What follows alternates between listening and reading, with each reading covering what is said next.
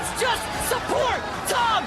What's up everyone, Optimus Tom here with a gameplay video in Pioneer, one of the best Magic the Gathering formats of course, with one of my favorite deck archetypes, Waste Not. However, this one's got a little bit of a twist on it. I was looking through some of the weekly challenge lists, and we wound up finding Wade B, the pilot of this deck, playing a Dimir version of Waste Not that I think is pretty decent because it's mostly the mono black version, splashing the blue cards that you need in order to really call it the bounce package. Of course, I wound up including the 4 copies of Stormchaser's talent, the 4 copies of This Town Ain't Big Enough, and the 4 creatures of the deck, the 4 copies of Fear of Isolation. These are the only blue cards in the main deck, and really make up the bounce part of the package of the deck. Now, of course, you still end up having the main engine card in Waste Not, and you have the main discard spell in Thoughtseize. However, you do wind up picking up a couple of different cards to wind up giving you the discard effects that you normally want in a Waste Not deck, but they're attached to a permanent, so you can bounce them with your blue cards. Now, Hopeless Nightmare is going to be the main one of these, as you don't get to choose what your opponent is discarding. However, you do wind up giving them the additional 2 life loss, which in a deck like Waste Not has often been the hardest thing to do, is pushing across those last couple of points of damage when you don't really have any creatures available, and your only real options have been Davriel and then now the copy of Bandit's Talent that you wind up having one of here in this deck as well. But if those things wind up getting removed, then you're kind of out of luck and you need to try to kill them with your Hive of the Eye Tyrant or something like that. But there are a glut of removal spells in this version of the deck, and while I was looking at maybe cutting some of them for an additional couple copies of discard spells or some of maybe the 4th copy of Waste Not, since we're only running 3 in this deck, I do want to try out the deck as it is before I go in and make some changes to things. The 4 copies of Nowhere to Run, especially in a format that has seen an uptick in smaller toughness creatures like the Selesnya Company deck, some versions of the small mono green Devotion, and all of these Prowess, Boros, Gruul, Rakdos decks floating around. Nowhere to Run basically kills every single one of those things. Now we wind up having the best removal spell in the format, of course, in Fatal Push. We also wind up packing it with a couple of extra copies of Go for the Throat just in case. Now the one thing that this deck doesn't have is any way to really disrupt planeswalkers that have resolved on the field, besides attacking them with your otters or some of your utility lands. So I would be looking at maybe making these Go for the Throats more along the lines of Bitter Triumph, since we're not really going to be hurting for cards, or we don't really need to worry about our life total on those matchups. But then we wind up having 2 copies of Liliana. The Veil is kind of the poster child of this archetype for very, very, very long, and she's going to be making at least 2 copies of appearance in the main deck, maybe going up to 3 if I feel like there's too much of the removal that is floating around in this deck as is. However, the rest of the sideboard has a lot of kind of haymakers for different types of matchups, including this copy of the Meathook Massacre, which can be bounced with all of your bounce spells, so it's going to be a recursive removal spell in all of those small creature matchups. Speaking of, we have 3 copies of Path of Peril, because these small creature matchups are pretty much the Achilles heel of this deck archetype,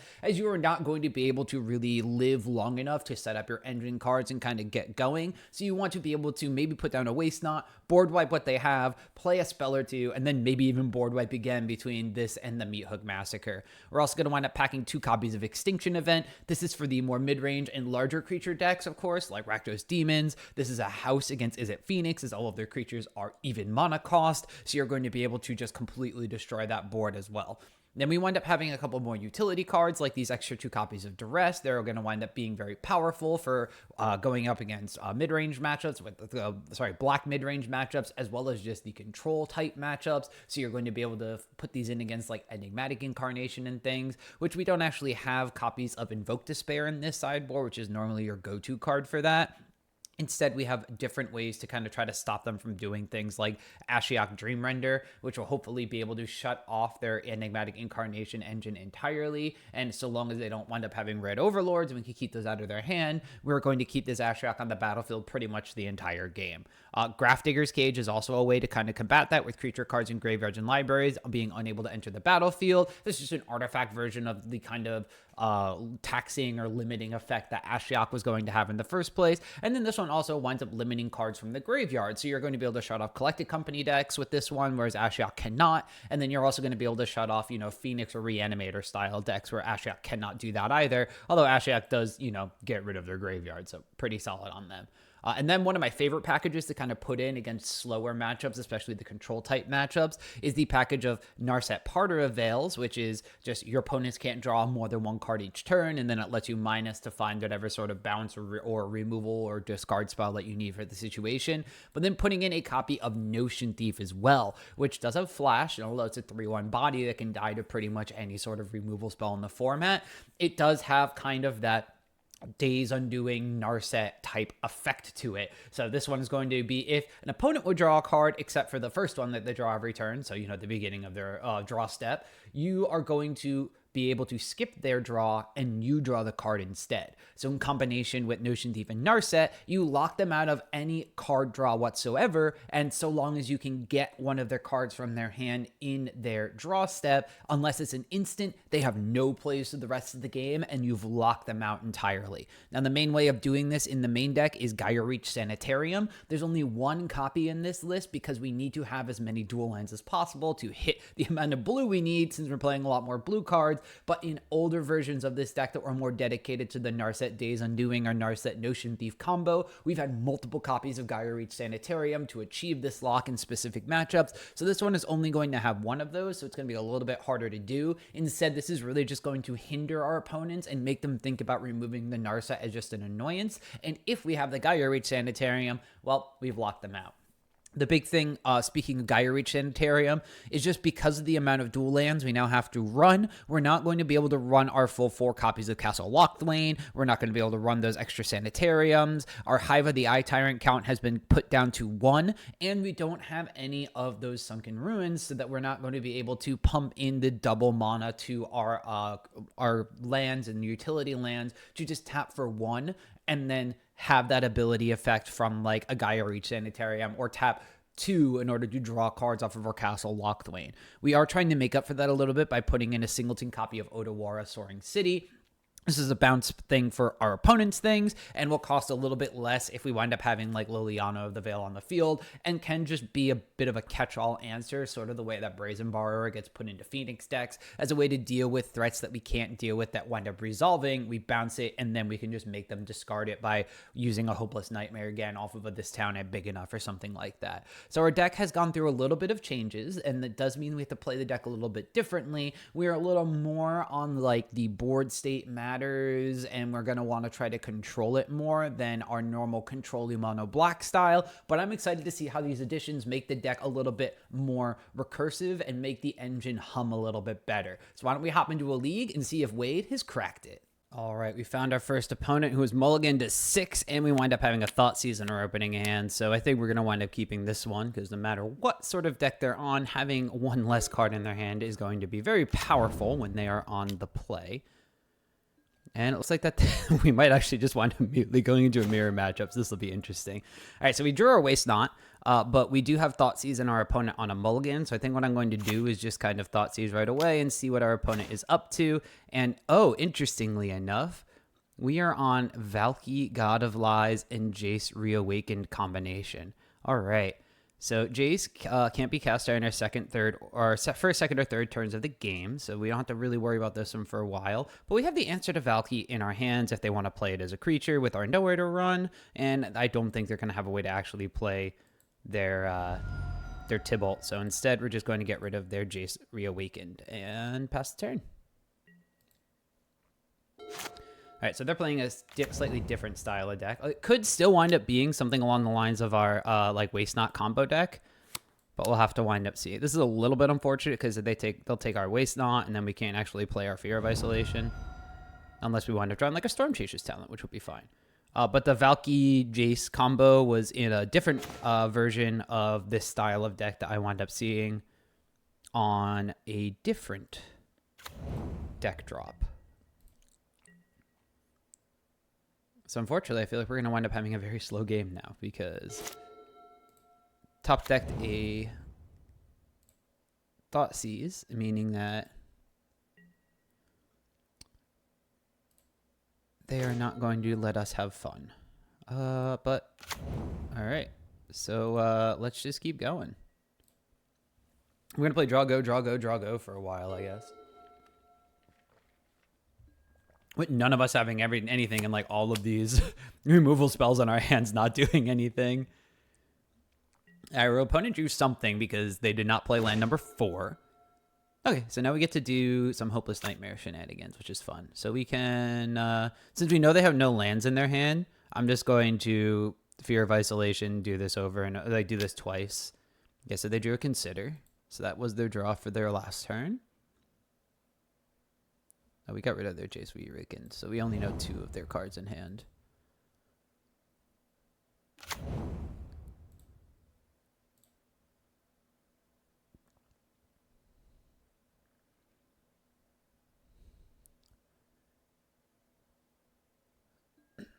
Oh, the Path of Peril was their other card. Okay. So we'll just do this now. We're going to lose our Fear of Isolation, but that's fine because all we really care about is our Hopeless Nightmare. So then they're on 3 cards. So they're probably going to Fatal Push, which means that they either have to discard Valki or their last unknown card. Which then puts us at like a pretty decent position. I don't think they have any creatures though. Okay, so they discard their Valki, their Fatal Push is gone, and so we have no idea what is left in their hand, but they only have 1 card. And it could just be a land. We have a Castle Locthwain as well. Okay, so they're going to Thoughtseize us. They're probably going to take our Nowhere to Run.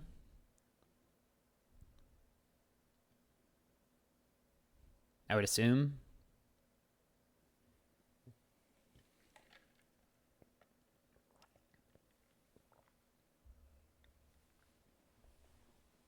Like, neither of these is great, but the Nowhere to Run is a bouncy thing, which means that we can't potentially play a Fear of Isolation or something along those lines.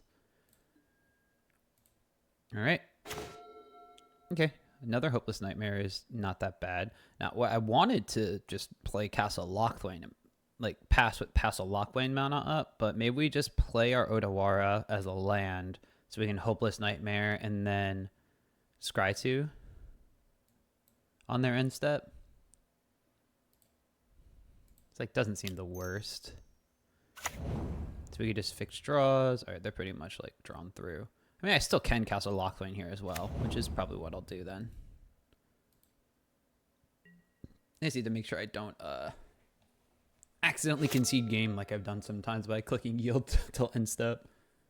All right, so our opponent is drawing cards because they are not playing lands. So we'll go black. Black. Lose some life. Okay, we get Pathway, which is fine. We're just getting unnecessary cards out of our hand. Okay, this is great then. So I don't think opponent is running counter magic, so let's just play.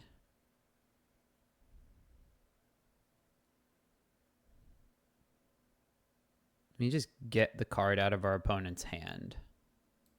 So why don't we just play this way? We'll just do this now. Bounce both of these.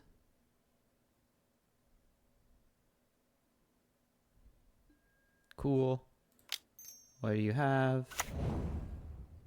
It was Sheoldred's Edict, number 2. And we'll just hold up our Scry ability. And if our opponent doesn't play anything, we just Hopeless Nightmare what they have in hand. Okay, so they play a land. So we'll Scry.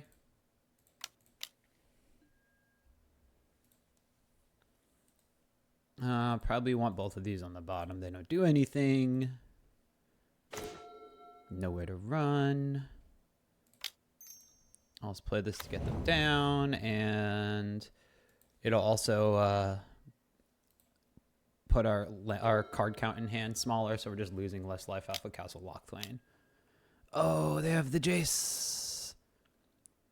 All right, so Jace can just draw a card, then discard a card, which doesn't do anything for them here. Because they have to immediately discard their card. I guess this is also a plus, so they don't actually just discard a card from their hand. Let's draw. We draw a Pathway. Hive of the Eye Tyrant. All right, we have a way to win the game now. So let's try that.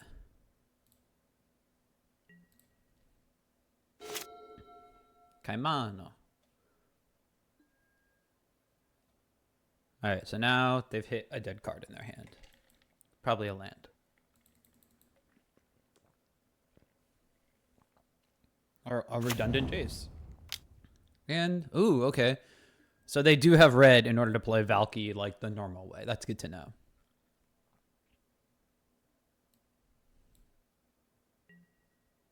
I'm going to throw this out just so I lose a less life. Cool. All right, so we know opponent does not have anything in their hand.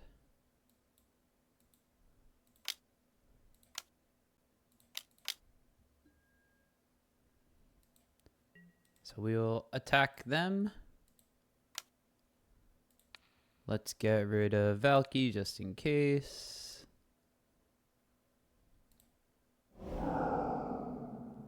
They go down to 3 and then go down to 1 off of this Hopeless Nightmare. All right. What do you have? You have theoretically 2 draws. And our creature has Menace. Cool. All right. Onto the sideboard. So this is, well, my sideboard is huge. Why is my sideboard so huge? Let's fix that. I think that's readable. Okay, so none of these board wipes are coming in. So we're not going to have any of the extinction events. We're not going to have any of the path of perils. They probably are not bringing in any sort of creatures or anything. Likewise, Grafdigger's Cage, completely off the chart here. Ashiok, I don't think we're going to need that because it doesn't look like they're really searching their library for anything. And even if they do the release to the winds thing, you know, they're doing it to a spell on the stack. They're not doing it to something else. So we're going to wind up having our discard package, the duress, and the go blanks wind up coming in. And then the only things I'm thinking about is, since this is a bit of a slower control matchup, the Narset Parter of Veils and the Notion Thief package could potentially be coming in. But let's take a look at what we're going to be taking out in order to really achieve that. Go for the Throat is probably the worst here. Like I said, they're probably not bringing in any sort of creature spells. So that is immediately going to be like the worst card in our deck because they're not really going to be doing anything because of it. The other ones are very easy to cut are the rest of our creature removal cards. We only need to cut 4 of them though. So I'm looking at maybe just doing a split between Fatal Push and Nowhere to Run, just in case there are some sort of other small creatures they put in. We want to be able to get rid of them. Liliana is just great in a control mirror because we can make them discard cards. Stormchaser's Talents, Fear of Isolations. We don't want to really get rid of any of these. And our main game plan of Waste Not is already very strong in matchups like this. So I'm just going to wind up putting in the extra discard spells and the kind of control package cards, which I'm excited to try out right away. So let's submit the deck for game number 2.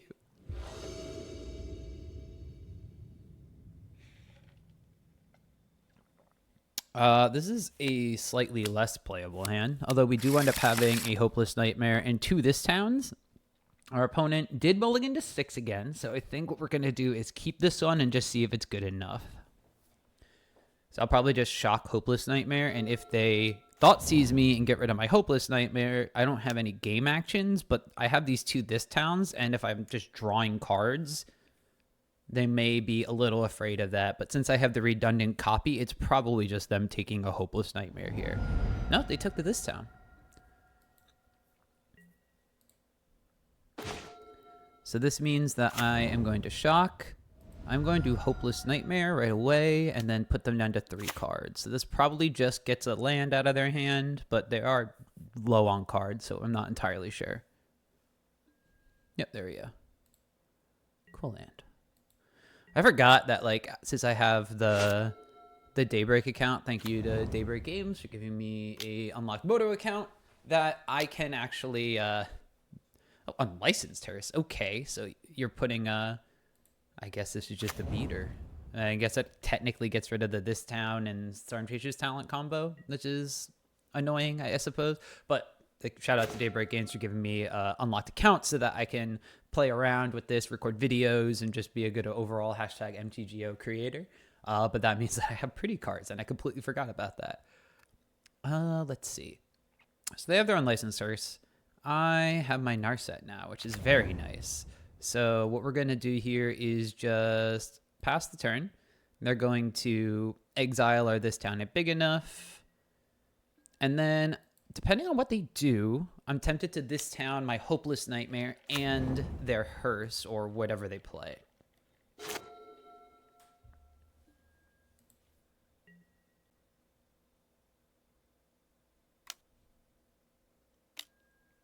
See the Truth.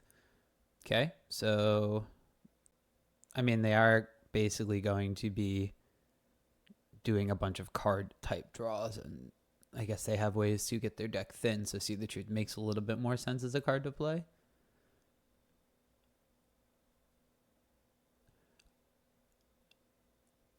Does get around Narset, which is annoying. I think what we're going to do is not do anything, though, because I do want to be able to hold on to a this town. Even if I bounce their Hearse here, they replay it and eat my this town. If I draw Stormchaser's talent like now, I'd be very sad. Okay, so we're just going to slam our Narset.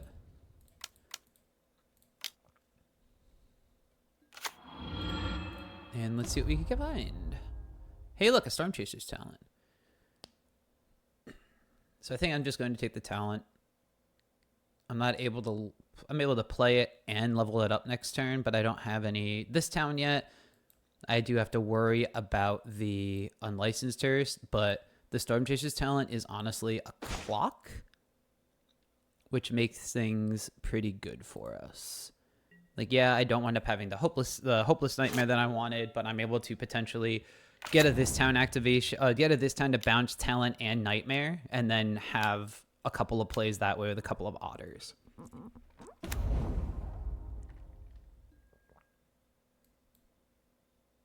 Is this a Valki?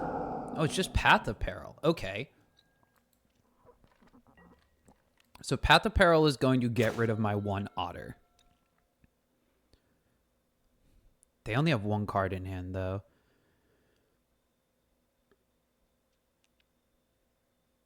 Unfortunately, I cannot Waste Not, bounce Hopeless Nightmare, and recast Hopeless Nightmare, because I need to have one extra mana to do that. All right, so let's see if I can just find another Hopeless Nightmare. Ooh, Go Blank is also good, but they only have one card in hand. So I think I'm just going to get the Hopeless Nightmare and see what Waste Not value I can get.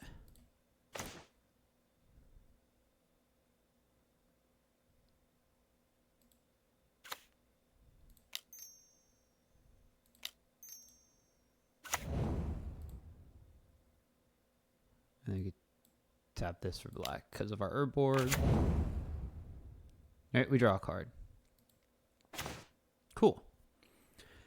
Now I can Stormchaser's talent if I want to, and then I can like bounce Hopeless Nightmare and Stormchaser's talent. Next turn I could bounce Stormchaser's talent and Narset, which seems pretty good.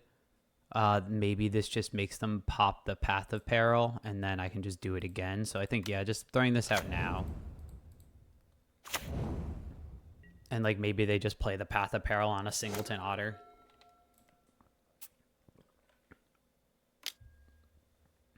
Oh, man. All right, so they get my this town. And then they can eat my this town.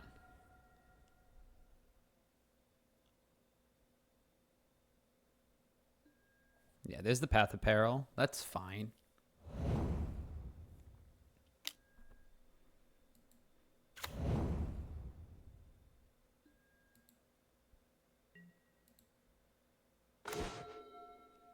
Alright, so we know they have no cards in hand, so Thoughtseize doesn't really do anything. I could just level up my Stormchaser's talent, and then any single spell that I cast, because I'll level this up, and then next turn I can level it up again if I play my Otawara. So then everything just kind of becomes otter fodder. So we'll skip out on our activation. Our opponent's empty-handed. They have a Jace. And they're not really going to be able to use the minus either because they don't have anything. They're going to, yeah. They do have Hall of Storm Giants, but they're still, 3 lands away from activating that one, and we have a Fatal Push that we could definitely pay for with the Ward. This town is pretty solid, though.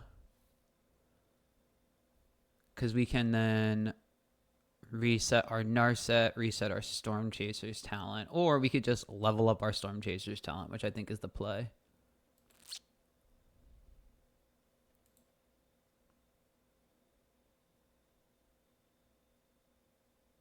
But we do have Moto lag, unfortunately.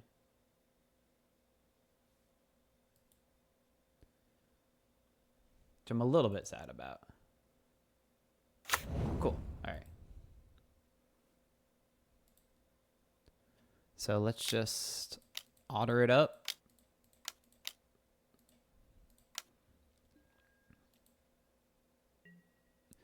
And now we don't even need to bounce our Stormchaser's talent anymore. We can just bounce Narset and Hopeless Nightmare.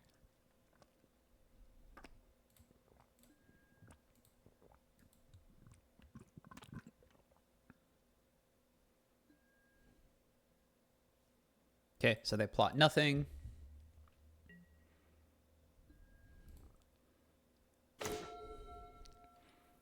All right, let's start with Thoughtseize to see what they drew.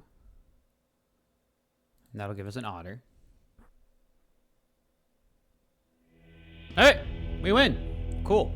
So that was how you wind up playing a control style mirror with this deck. Now, the other deck was trying to play a combo of their own with Jace Reawaken and Valki, but we put in our anti-control cards and threw some mulligans and the fact that they just weren't able to keep anything in hand and they had all this extra removal spells that weren't good against our deck because we only have otters and the Fear of Isolation. We were able to take the match. So that was just match number 1 of this league, and hopefully you'll be able to join me and watch through the rest of them as well.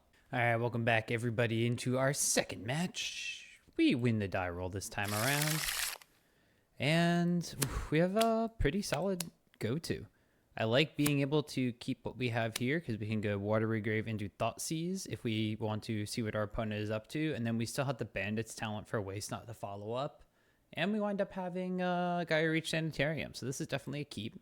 Probably going to be turn 1 Thoughtseizing. So we definitely want to just start off with a Watery Grave.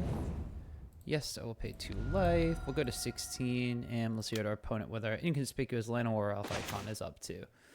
Well, Duress and Blood Tithe Harvester. So probably don't want our Waste Not to get taken away, so we have to take the Duress. But that does mean that they wind up having a Blood Tithe Harvester on turn 2, which is not the worst thing in the world. We have plenty of removal spells in our deck. But we're definitely looking at getting our Waste Not down next turn. And then if they Blood Tithe Harvester, well, now we have a Liliana to do that as well. Get to play our Gloomlake Verge, and we're going to throw down our Waste Not. Follow up with a Bandit's talent, and like right now, if they only have Blood Tithe Harvester in lands, that'd be funny. We'll make a lot of mana too, and we'll be able to like come out ahead. But chances are they're going to have to discard a non-land card. There we go. We expect all this. They have 2 unknowns in hand, and oh, we get Thoughtseize as well, which is really fun. So now we can do some fun stuff. So we can start off with Bandit's talent. What do you have? What are you going to do? Are you going to give me extra mana because I didn't play my land? So you don't think I have mana? 4 mana! Nice. So now we just get to, like, obliterate their hand, right? Like, what else do you have, opponent? Only land.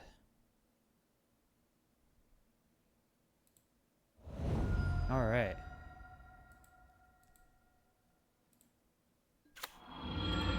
We'll just get rid of that Blood Tithe Harvester then, because you only have land.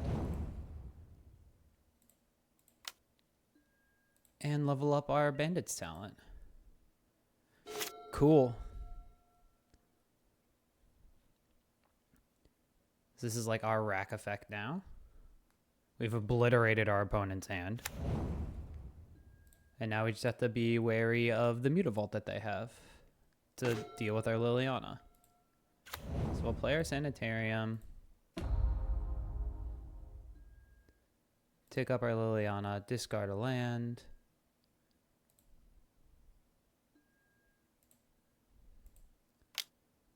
They discard a pathway. Unfortunately, we have to discard our Fatal Push here. We get 2 more mana. And might as well just put this on. And now the downside is we'll lose our Liliana, so we don't really have a lot of like velocity, but we have a Guy Reach Sanitarium. So we can keep getting our Waste Not value and hope that that's enough until we're able to find another spell or like another Fatal Push or something or a Nowhere to Run, right? So we lose Liliana. That's expected. Ooh, Stormchaser's talent is fine. We don't have anybody else who has 1 or fewer cards in hand. So activate our Stormchaser's talent, and next turn we can rebuy our Fatal Push if we need to get rid of this Mutavault if it keeps attacking. Opponent is just keeping lands in hand right now just to give us extra mana potential. Ooh, Shieldred the Apocalypse. All right, well, we're probably going to do this now then because we don't want to do it into the face of a Shieldred. That would gain them life, unfortunately. Get rid of this land. Okay, that's expected. They still have a Verge and something else in hand. I don't have anything else I can do. So it's a little unfortunate. Now we have to deal with this Shieldred. We have Go for the Throats, we have Fatal Pushes, we have things. But unfortunately, that is not one of them. So what can we do here? We can attack with the Otter, rebuy Fatal Push, play our land, kill the Shieldred if that's the case. So let's try doing that. Attack. Chance that there's no reason for them to block. They block. Opponent's wise to what we want to do. So we could gain our opponent 2 life and see what we get. Probably just wind up being 2 mana, which in that case, we can keep the land maybe. I mean, if we draw a land, it's like whatever. Let's just do this, gain our opponent 2 life. We'll discard our Darkslick Shores. They discard a swamp.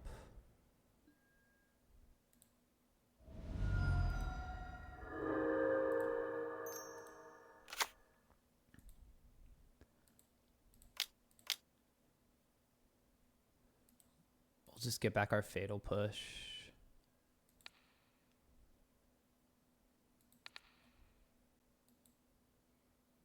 And then we'll have this for next turn to kill the Shieldred.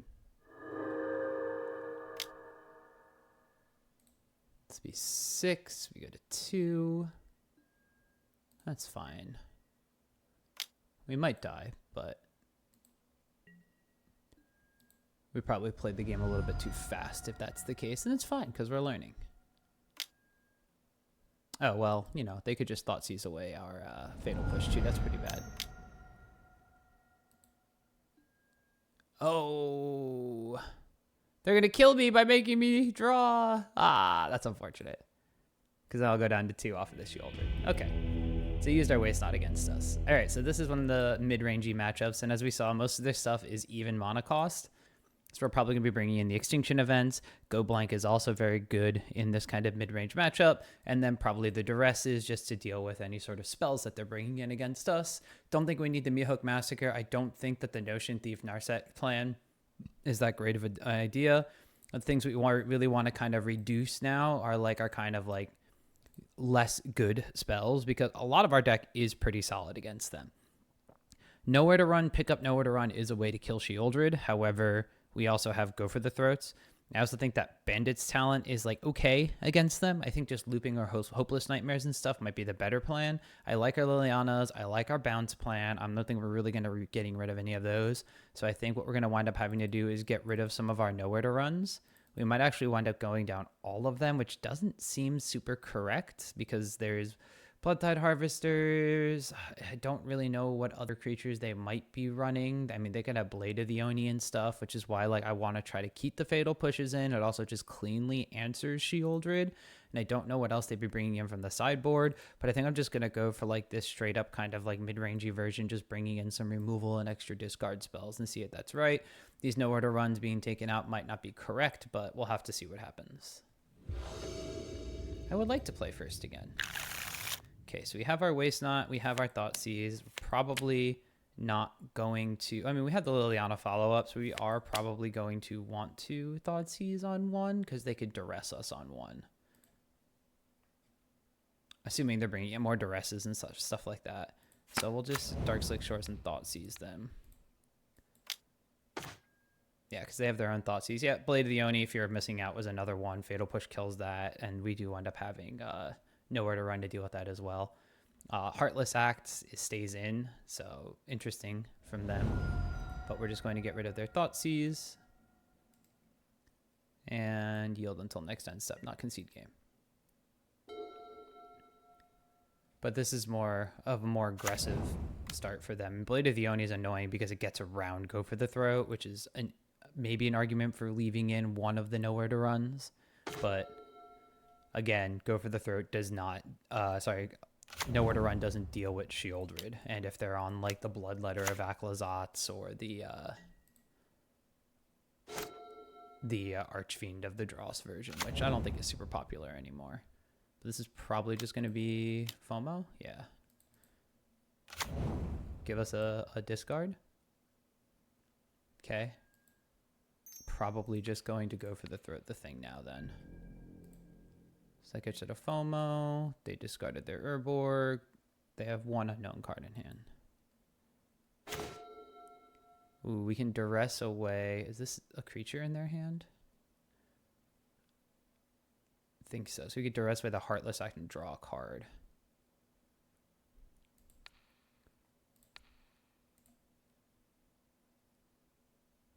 Or do we just want a Liliana? I think we just want a Liliana.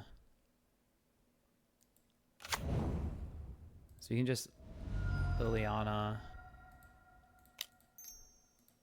and pitch our pathway.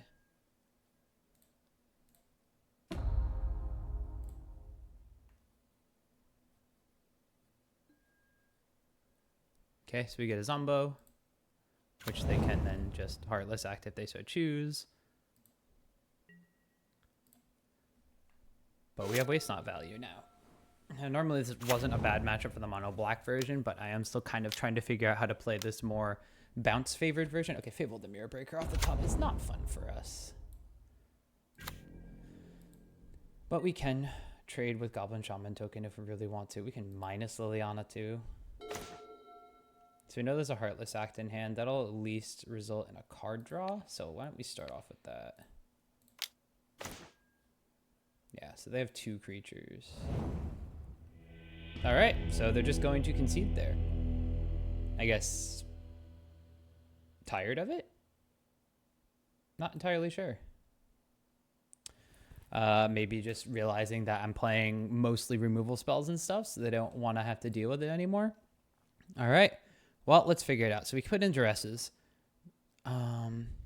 Is there an argument for, with duress coming in for targeted discard, that we don't want to have as many hopeless nightmares so that we can put back in some of these Nowhere to Runs? Because there were a lot of low drop creatures. Path of Peril is also a consideration. There's FOMO, there's Blade of the Oni, there's Bloodtide Harvester. Shieldred might actually be their only large creature, but then like the Mutavaults and Hive of the Eye Tyrant type things get around Path of Peril. So maybe we do want to put some Nowhere to Runs back in. And maybe the Go for the Throats are not as good.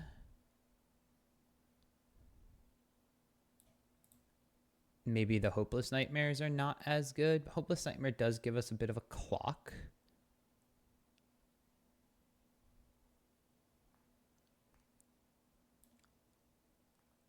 I really don't want to take out the Waste Knots, though. Maybe just because they have removal, that the Fear of Isolations are a worser bounce spell. I mean, we have the Extinction events. The Go Blank still seems really good against them. The This Towns are here. I think maybe I'll do one Go for the Throat, one. Waste Not is such a house, though. Is it really? No, because the Duress is so good in these mid-range mirrors. And it's definitely not the Lilianas. If I'm worried about their mostly creature draws, they have only about 16. So I think I just maybe do one Nowhere to Run, one Go for the Throat, just call it a day. They are on the play this time, so there's an argument for taking out the Duresses and putting in more removal. All right, but we have a pretty solid removal based hand, so I think we're just going to keep. If they duress us, we have 2 removal spells, which is solid, and they're also probably priced into taking Stormchaser's talent over something else with this Thoughtseize. Because with Fear of Isolation, this represents a ton of otters, so yeah, that's what they're going to do.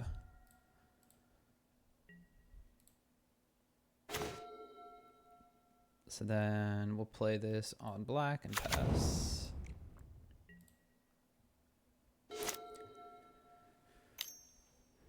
Second duress? Oh, second Thoughtseize? Okay, so now they take probably our Fear of Isolation. Unless they really just want to hit this Fatal Push. Okay, yeah, so they take away like our gas cards, right? Drawing Liliana's pretty good.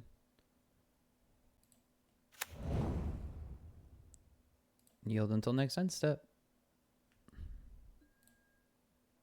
So that's why I like these Thoughtseizes and Duresses and stuff in these matchups are so good. And if they go blank here, like, oof. Okay, so they fabled the Mirror Breaker. We probably just want to straight up Fatal Push this token. It's not having to get any value off of that. We could have just like Liliana minus too, but not entirely in the market for that. I'll play Sanitarium. We'll have to hurt ourselves for 1. Oh no. Play Liliana.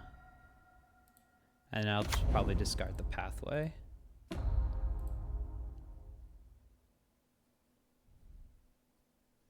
We don't have any action, unfortunately, and our opponent will have a flip Fable the Mirror Breaker in 2 turns. So, Withering Torment. Getting rid of our enchantment or a creature. Okay. I like that. Waste Not would have been really funny because then they just don't want to use their their Fable value. Heartless Act. Draw a card. Duress gets rid of the Go for the Throat. I don't really want to bounce their Fable the Mirror Breaker, so... Alright, let's see what you have, opponent. Nice. Drop that. They do have a...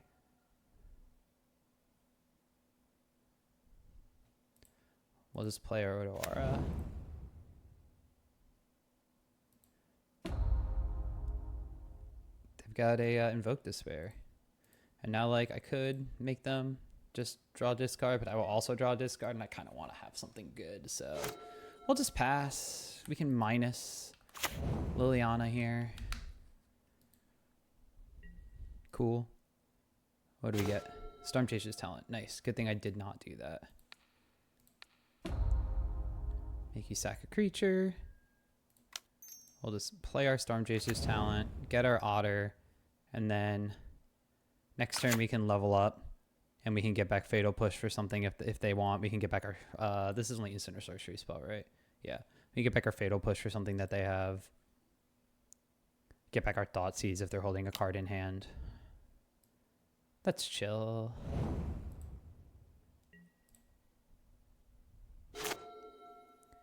And if we draw like another land, I might activate Gyre Reach Sanitarium first. Hopeless Nightmare. That's good.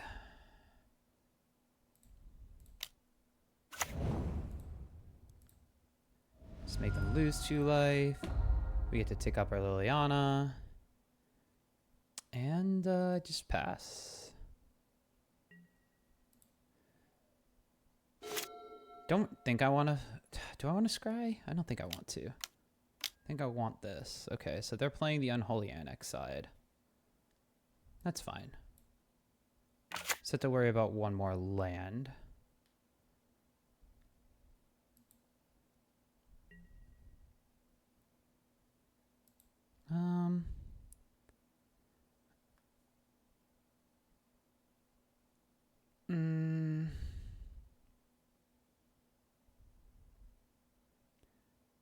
Kind of want to land, but let's just do this.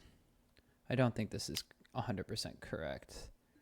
Get rid of Fatal Push, gets rid of a land from them. Okay, so that means that they can't make a demon next turn, which is good for us. Thoughtseize. But I could also just buy back Fatal Push.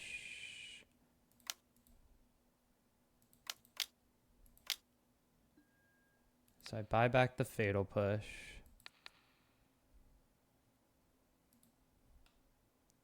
That'll kill the demon that they make. Discard Thoughtseize. They discard a land, so they still can't make the demon. And our Liliana is like one turn away from ulting as well.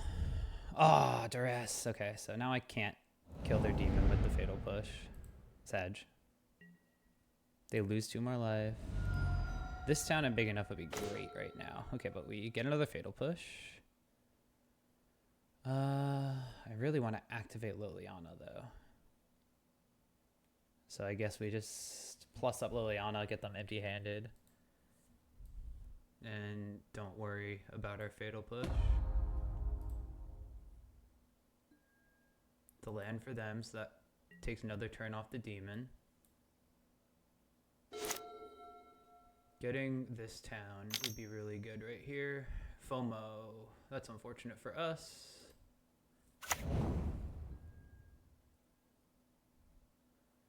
So this one would make them just draw a card. I could make them draw 2, discard 1. I don't think I want to do that.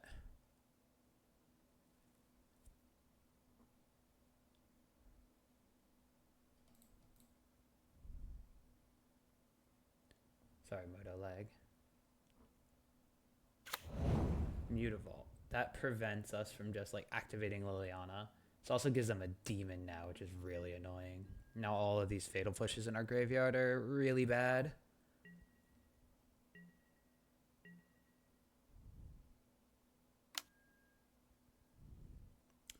Now I might be pressed into wanting to pop this.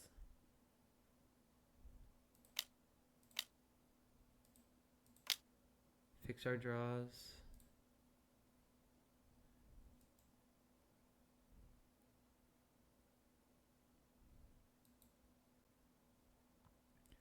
Stormchaser's talent makes an otter, gives me a way to rebuy Fatal Push another turn from now. Sure. And there is Delirium.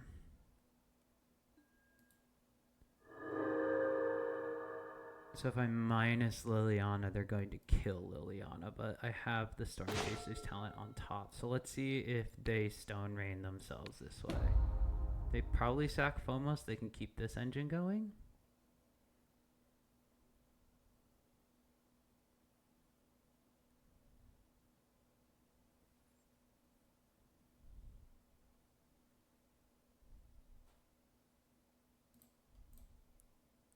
That would be my guess.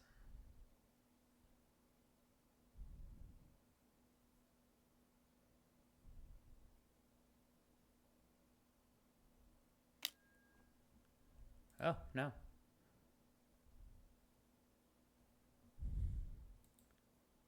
Let's...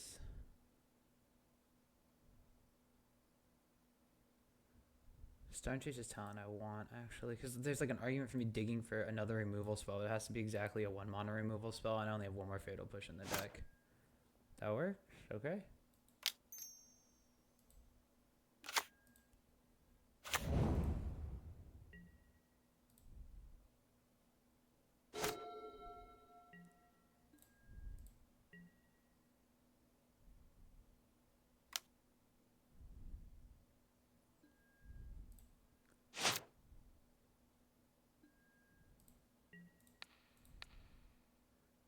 keep Liliana alive.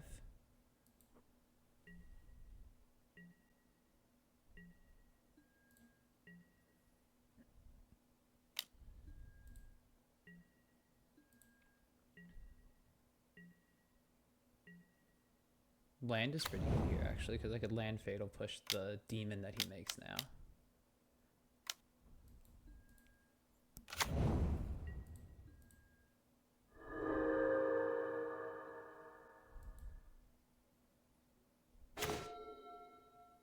It's also pretty good.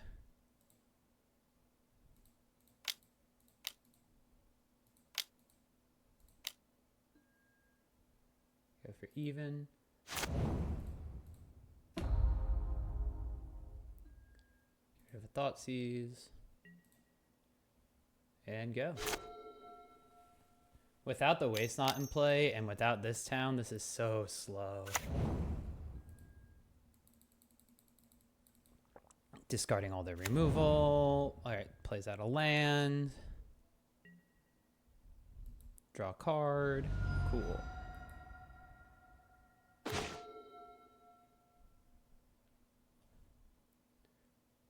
So I get to play Urborg.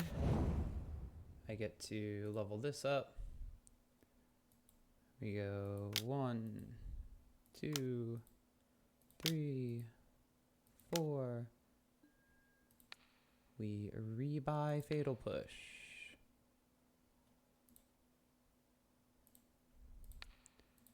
We Fatal Push. We tick up.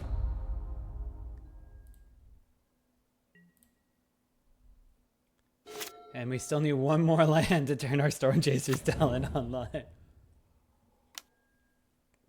Alright, Demon drains.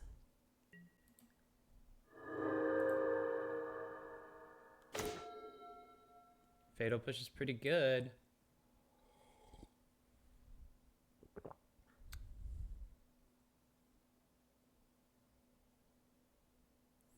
That means I can't activate my Liliana though, so.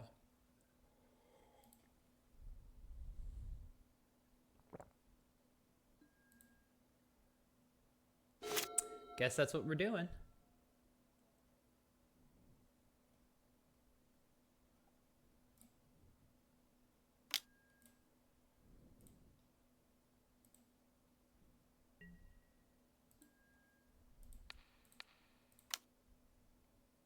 Push that out of the way.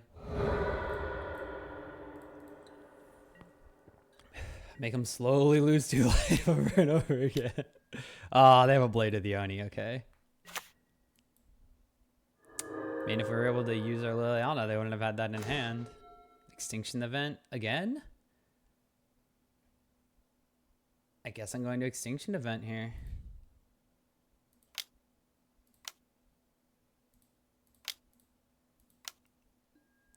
Do it on even.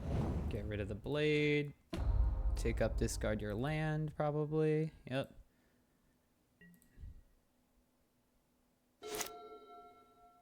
There was one land that we discarded super early on. Otherwise, we've been playing every land. Unfortunately. Oh, Shieldred too. Okay.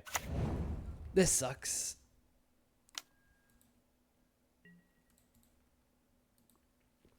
I think we're about to lose this game now. We just did not draw either of our engine pieces that we needed.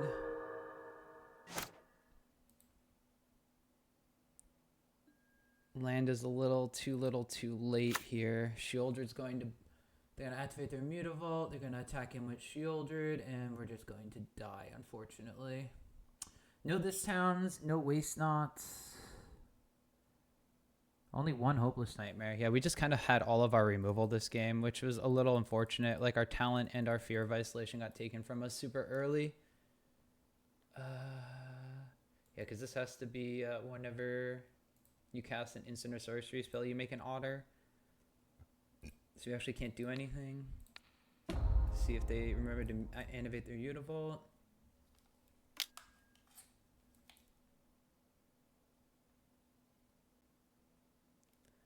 They do. Yeah, and we're just dead on board.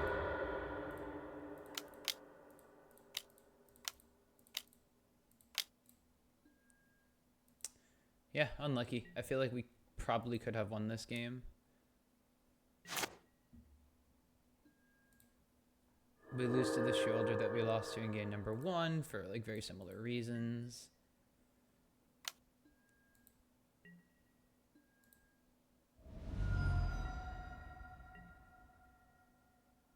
I don't think we have any way to gain life in our deck either.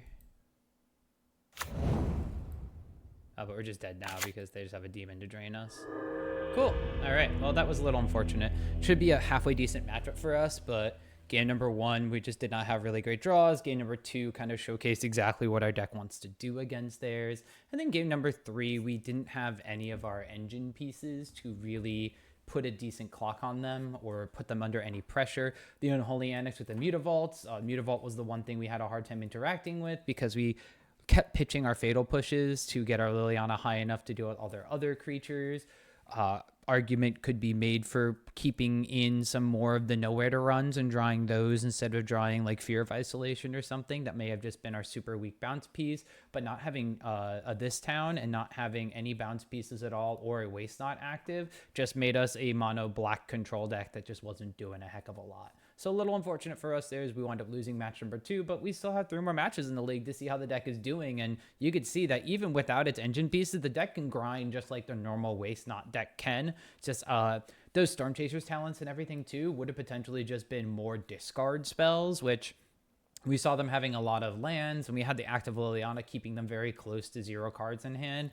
The Unholy Annex was destroying us a little bit there, unfortunately. So if I'm just thinking about like, oh, like what would it have been compared to the normal traditional Waste Not version, maybe would have had a Castle Locthwain on the battlefield to help us draw some extra cards deep those couple of turns. We weren't really doing anything with our mana, and we weren't really able to activate our Gaia Reach Sanitarium because we were kept low on cards and we needed to hit our land drops and find the spells. So let's see what happens in the rest of the matches.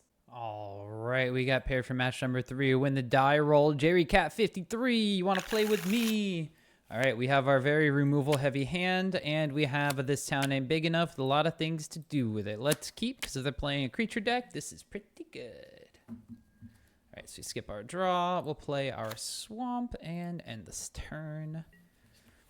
So I was just taking a little while to find my league match, so I was shuffling around with a couple of cards I have from my Abzan Tyver deck and Pioneer, which I might try playing on stream at one point. All right, so it's another Rakdos matchup, it looks like, with a Black Cleave Cliffs. Now we'll have to see if it's, is it Rakdos Prowess? Is it Rakdos Midrange? I think we don't really have a reason to show them what we're on yet, so we'll just do double swamp. Maybe they think we're also on a Rakdos deck.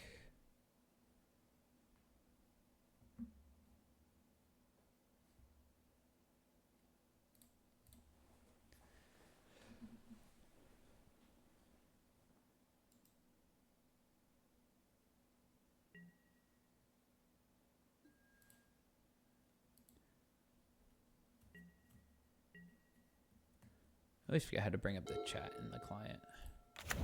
What are you gonna play? Nothing. We'll also play nothing then. It's a little unfortunate if they're not playing anything, however, because we just have a handful of removal. No disruption, no nothing, which means if they are not playing a creature-based deck and they're playing like something very slow, or they play like Unholy Annex or Fable, we're not looking good right now. All right, so now they see exactly what we're up to. They're probably going to take our This Town, as it's the only non-redundant card.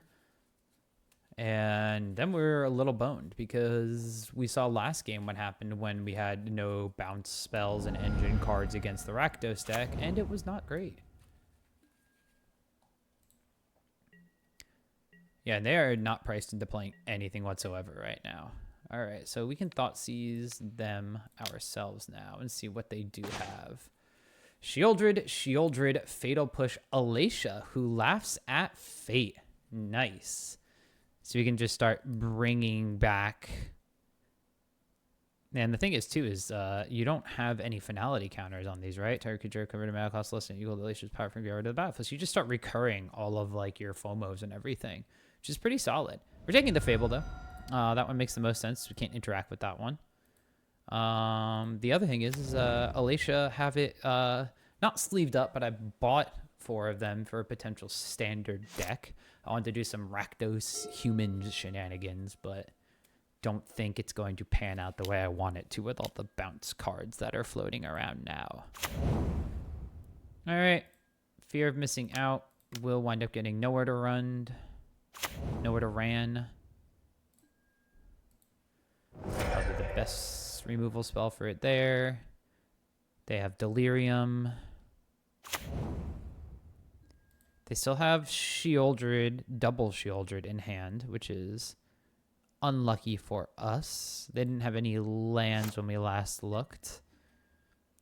Gloomlake Verge is not the best, and we don't have a way to kill Shieldreds because these Fatal Pushes do not have Revolt. Okay, there's Shieldred. And Liliana would be good right now. Would love a Liliana. That's a Darkslick Shores, which is not what we need. We may just wind up dying because now we're flooding. We didn't have lands last game, but this game we have them. So we just may wind up dying to the fact that we have no way to answer Shieldred right now. Yep. So Thought seized away the other nowhere to run. Forced me to use Fatal Pushes on... Oh, I can't even Fatal Push Alicia. Okay, they got rid of a Fatal Push. So second one to get rid of the other Fatal Push. Oh. Okay.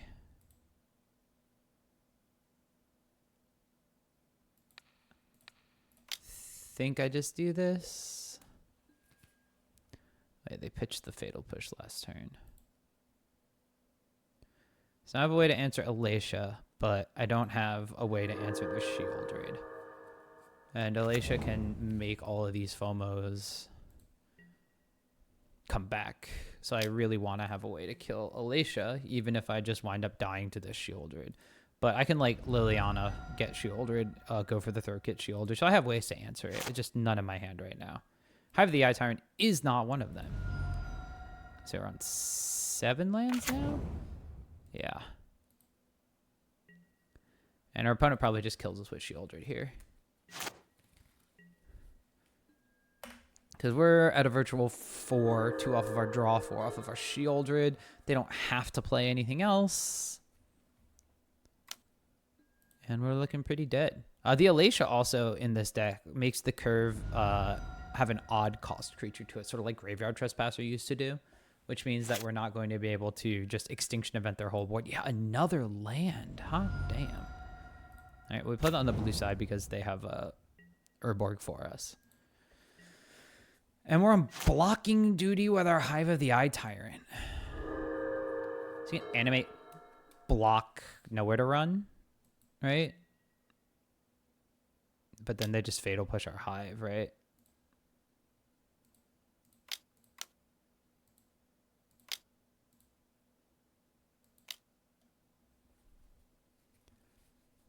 Fatal Push.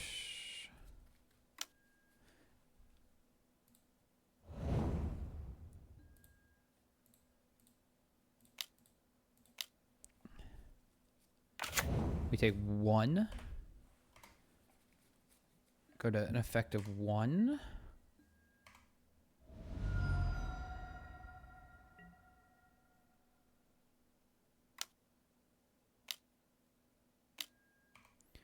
There's the Alicia. Get the raid trigger. And we don't have any board-wise main deck, so we're just dead. But let's see what we would have drawn. And if it's our 8th land or not. All right, so we drew Hopeless Nightmare a little bit too late, so we concede. All right, so this version of the deck has things that we want nowhere to run against. So that means that we're not instinctively going to be swapping in things for all of our removal spells. But I still think that there's a point for the Extinction Event. Most of their things are even. Alacia is the only odd that we saw. I don't think Alacia warrants us wanting to put in Graph Digger's Cage, but it does make Go Blank a lot more appealing. The Duresses, looking at their version of the deck, it has probably more creatures than normal, although I don't know if Alacia is just replacing the Blade of the Oni slot. So the Duresses could be good, could be bad. Either way, I think I'm just going to try to go for these 3 and then keep the Duresses out for now until I see a little bit more of their deck. But that does mean I want to start taking out some things. We talked about not having either of our bounce spells in the previous game. The awkwardness of Liliana's +1 when we didn't have ways to keep our hands stocked was there. But if we were able to just draw Liliana and kill their shield in that circumstance with the extra removal in our hand, I think it might have been good. I think because of that, and not having our bounce things, it may be correct to go down a little bit on some bounce related cards, still keeping in some nowhere to runs. I think maybe we just cut down on 2 nowhere to runs and 1 hopeless nightmare this time, and then not worry about the Duresses. Actually, the Bandit's talent is probably something we can still take out. I don't think it's the greatest in this matchup. Yeah, it does give us a little bit of a clock, but if we're worried about clock, then we could put back in our other hopeless nightmare, or we can keep in a nowhere to run. I am going to try the Hopeless Nightmare because I want a little bit more action from the deck in this game. I would like to play first. We have Thoughtseize, we have Fear of Isolation, we have Fatal Push, and we have a bunch of lands. Keep this. We have to play Urborg on 1 if we want a Thoughtseize, though. Which, because we have no Waste Not, and they're actually on a mulligan to 6, so putting the Thoughtseize out on turn 1 is actually incredibly appealing right now. So we're going to do that. Sure, you can have all of the black mana that you want. Let's see what you're up to. Thoughtseize, Go Blank, Fear of Missing Out, lands. So if they Thoughtseize us, they take probably either Fear of Isolation or Fatal Push. So we want to do that. Get rid of their Thoughtseize and just pass. This lets us hold up Fatal Push next turn just for Fear of Isolation. But then we are pressed into the fact that their Go Blank is going to be good, but we will be the ones to Go Blank first now.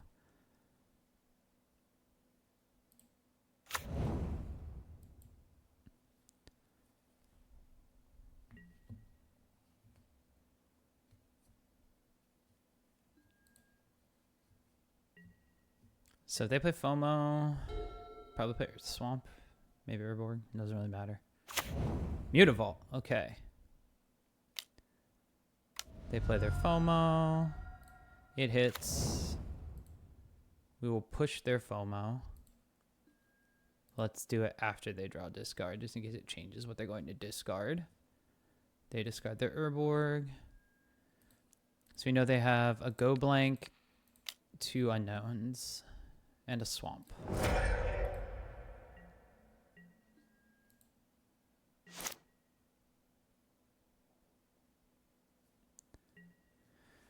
Alright, so there's a pathway. So if they Go Blank, we play a land that's on 4. We Go Blank, we go down to 3. And then we can keep Fear of Isolation. I think Castle Lochthwain is better than Gaia Reach Sanitarium in this circumstance, just because we want to have a way to draw more cards if we are planning on letting ourselves get Go Blanked. So we'll do that. Go Blank them, get rid of their Delirium. What do they discard? They hold their Go Blank most likely. Invoke Despair and Swamp. So their hand is Go Blank, 1 unknown, and now a card that they will draw.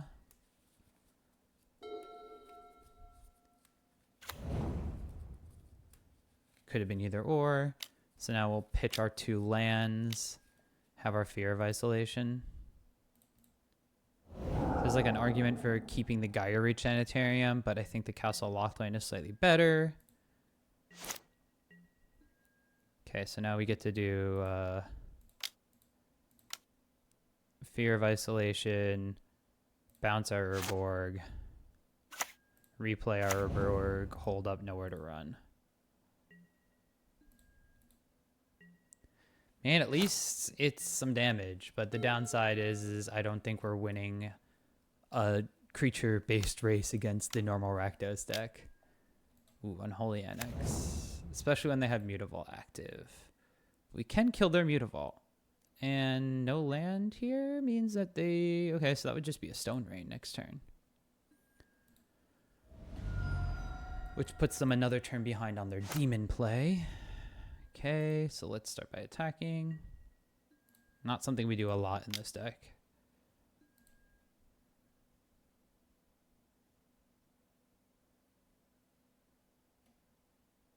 They killing it? Player pathway and pass. So we're probably going to nowhere to run their Mutavault. If they play a land and duress us, then we can just draw a card at the end of their turn instead. Okay. Sure.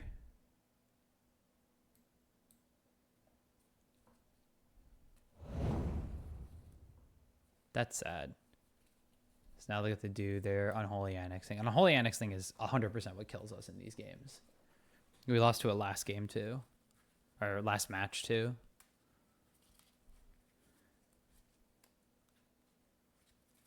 I feel like the Unholy Annex thing has also just made the normal Waste Not deck a lot worse in this head-to-head matchup, but I still don't think the head-to-head matchup is that bad with traditional Waste Not, although I've only played it a handful of times at my LGS, so it's a little bit different.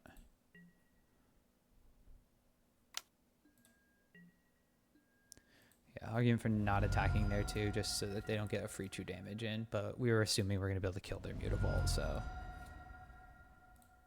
We'll draw. Oh, no. Undo.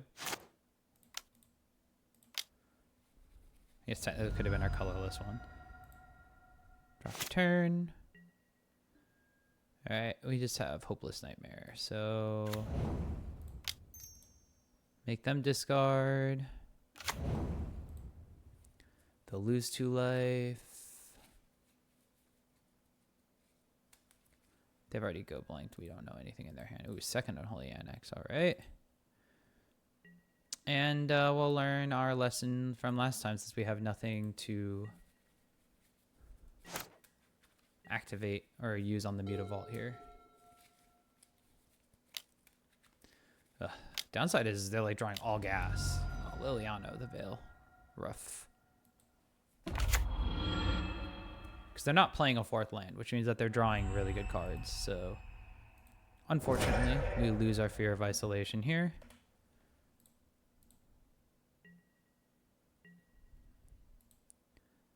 They will lose 2. We'll lose 1.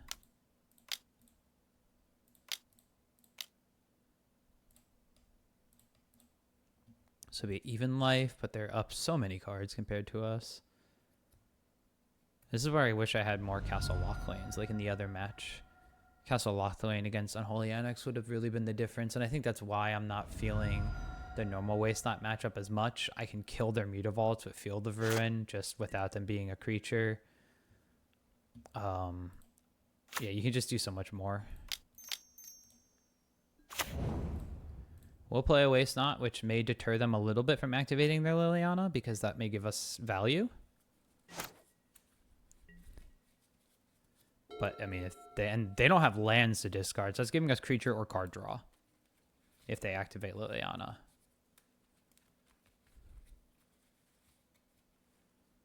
And if they do, they probably want to Mutavault first and then give us a creature.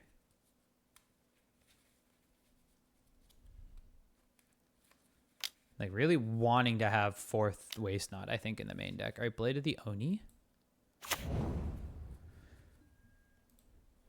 Just no Liliana activation because of Waste Not. Nice. Downside is that now they have a demon, so now they're draining us instead. So this play is not as free as it used to, so we go to 9 this turn. At least this is getting rid of lands in our deck, but we really need to find something. Second Hopeless Nightmare is not bad. Let's see what it gets us. It is going to net us some sort of creature or draw card.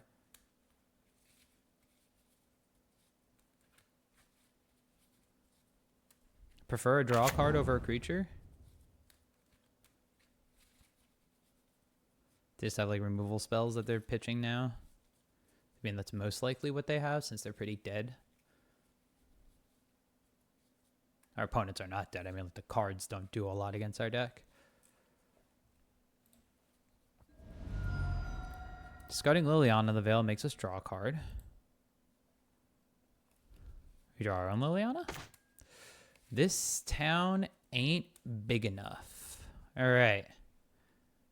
Let's get our opponent down to 1 card in hand then.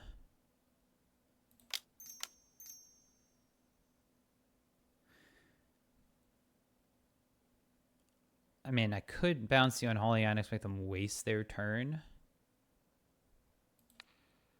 But I think this is correct.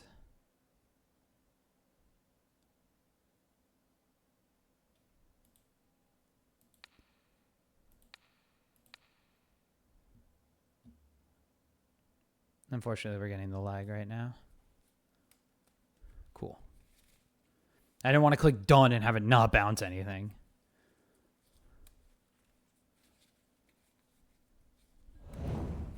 All right. So like I said, we know that this is getting some sort of value from them because they haven't been playing lands.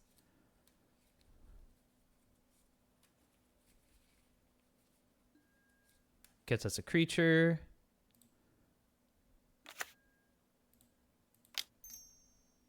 Probably creature number 2.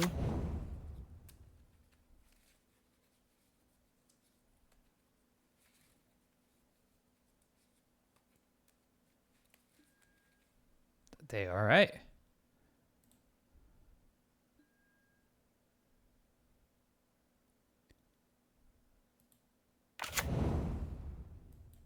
So then I guess, yeah, because I tapped my castle for that. So I wanted to keep up blue mana in case we drew something else.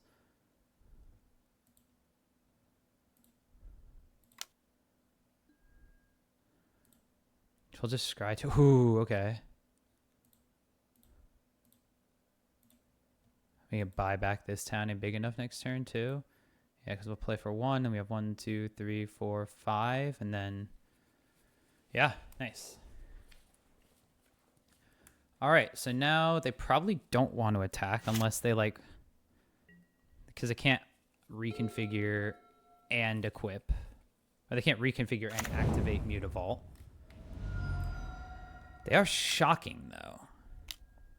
All right, FOMO with Delirium kind of stinks for us.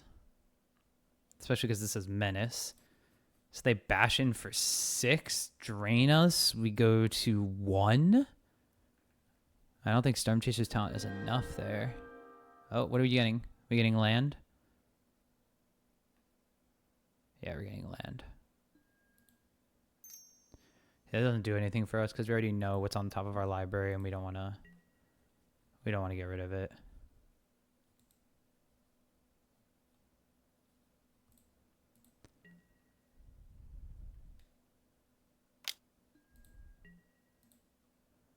Oh wait, it has to be when FOMO attacks, so we're still chilling. We're at 4. We're dead next turn though. So we can tap 1 for Stormchaser's talent. 1, 2, 3, 4. Get back, this town ain't big enough. And then on their turn, bounce Blade and Hopeless Nightmare, I guess.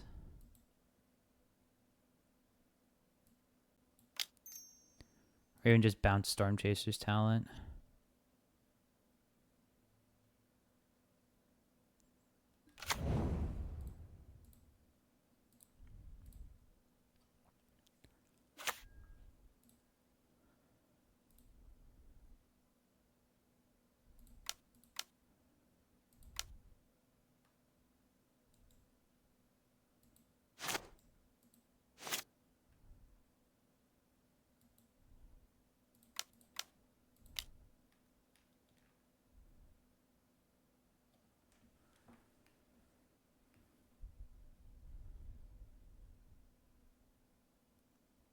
So what else could we do? We could grab...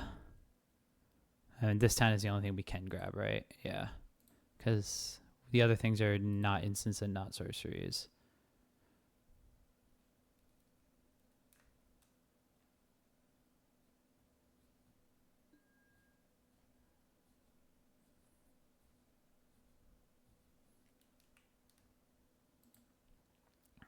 So I think what we have to do is we have to bounce Blade.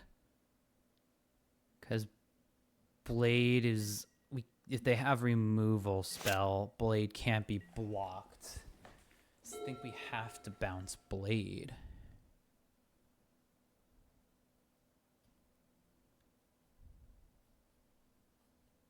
And we know they have removal spell right here. So we have to bounce Blade.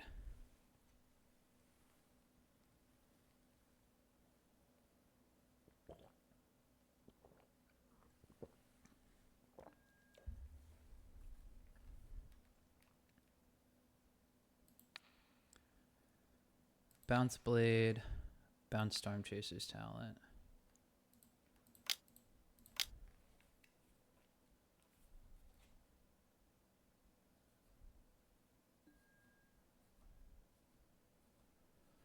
Then we'll wind up discarding the Stormchaser's talent from their Liliana.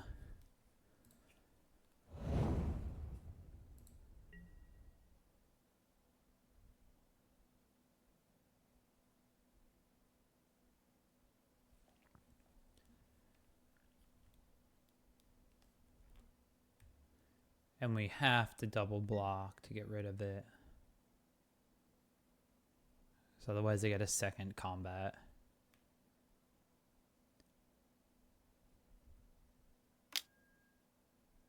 Okay, so they're just going to duress it away. That's fine. Same thing as if Liliana happened, but now they can remove one of our creatures. But we have a second... like, we know we have a second Stormchaser's talent on top. Now they replay Blade.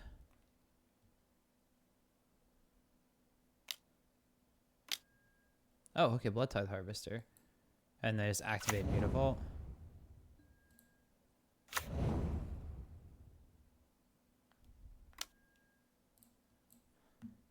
Okay.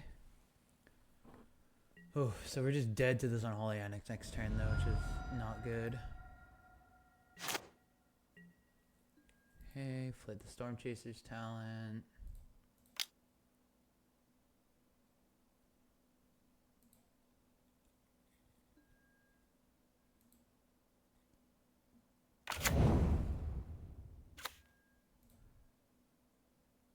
One, 2, 3, 4. Rebuy this town ain't big enough.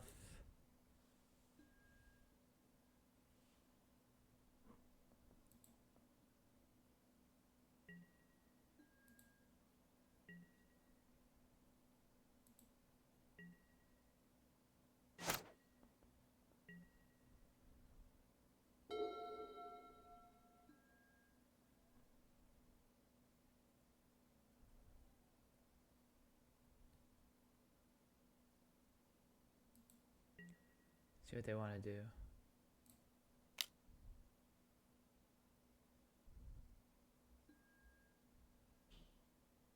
They're targeting their FOMO.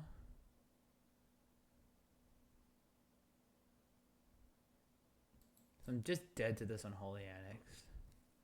I don't think there's a way out of it for me, because I'm wondering, like, if I bounce Unholy Annex, they just replay Unholy Annex and I die. If I bounce FOMO, I just die to the Unholy Annex.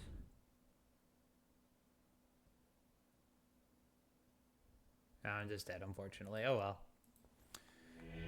Nope, so that's just another matchup against the Rakdos deck where not having the engine early enough to keep them low enough on cards, just with the Unholy Annex being active for that many turns, the slow damage drain and just the pure card advantage was far too much. We saw that with Liliana, they kept having at least 2 cards in hand off of the Unholy Annex. They didn't even have to really activate the Liliana that much, even in the face of our Waste Not.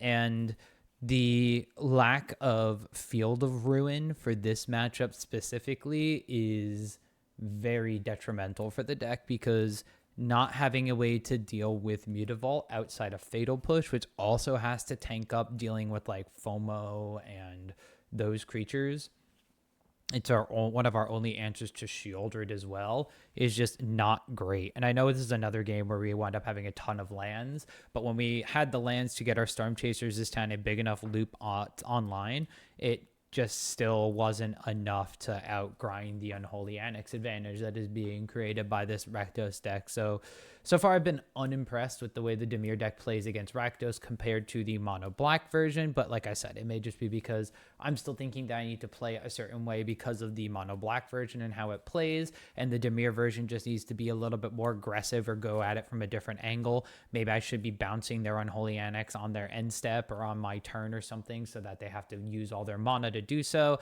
But our opponent was even holding mana in hand and discarding it to Waste Not to play around us being able to really have those pop-off turns with the combo of cards. So we're 1-2 altogether, but we still have 2 more matches just to play to see how things pan out with the rest of the deck. All right, we're in match number 4. And now we have a hand that looks pretty interesting. We have Stormchaser's Talent, Thoughtseize, Hopeless Nightmare, which means that we don't have Waste Not, but we do wind up having a curve that plays very similarly because it keeps up our Otter, or buffs up our Otter. So In Session Pi 314 has mulligan to 6 and is on the play. And depending on what they start out with, it might be correct just to Hopeless Nightmare or Thoughtseize them on turn 1. Oh, Hall of Storm Giants. So Phoenix is my my assumption. So I'm not going to Thoughtseize them on turn 1. I'm going to play my Stormchaser's Talent. Which means this Liliana might be really bad as well. But if this is Phoenix, this is a pretty good litmus test for the deck, because Phoenix is probably one of normal Waste Not's best matchups. Like, multiple go blanks, so much graveyard hate, main deck Cling to Dust, so many things to just getting rid of their treasure cruises from their hand and then just sideboard Ashiok. Like, this deck has sideboard Ashiok but doesn't have the same numbers as sideboard Ashiok that normal Waste Not does. But controlled matchup, also pretty solid, because now we get to do some very fun things here. We don't want to play the Gloomlake Verge because this is not a basic land type. We pay 2 life. Now we get to Hopeless Nightmare them. Prowess our Otter.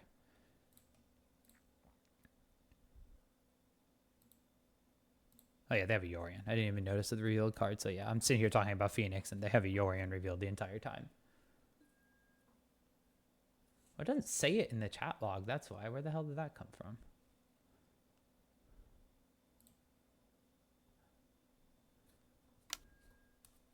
They're going to Spell Pierce my Hopeless Nightmare. That's fine.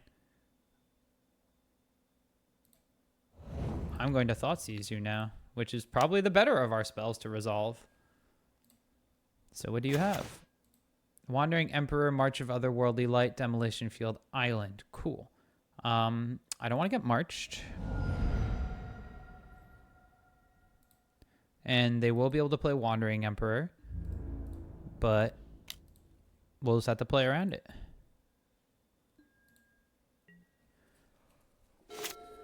They could just land by Yorion. Probably the play. Then we just play Liliana.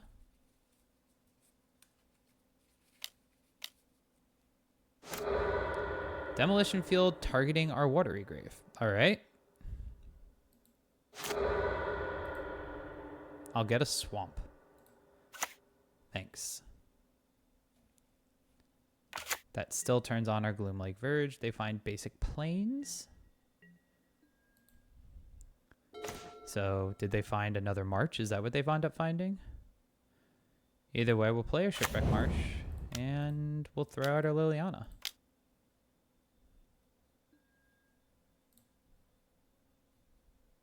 We'll take up. We'll pitch our Go for the Throat, which is entirely useless in the matchup except for exactly Yorion. Argument for pitching Fatal Push, but I can get rid of a Samurai here. They pitch an extra Demolition Field. And we'll chip in with a little bit of extra auto damage, which starting next turn we cannot do. I guess they did that in order to find their planes, and they had no other actual things to do with their turn. I just realized that unfortunately my my card thing probably wasn't working for match number 3. So we'll bring that back for match number 4. Plays their island. Okay. So they have 2 cards in hand. So if we draw a discard spell, we can get rid of their Wandering Emperor, and then we're good to go. They're just going to cast Wandering Emperor now because they figured that out, and they're going to immediately exile our Otter. That's fine. You can do that.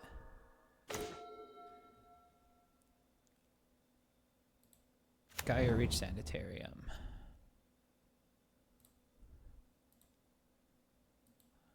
Make them discard the last card in their hand. We'll discard this Verge. They had a Deduce. Let's just get this online. Level up, get back a Thoughtseize.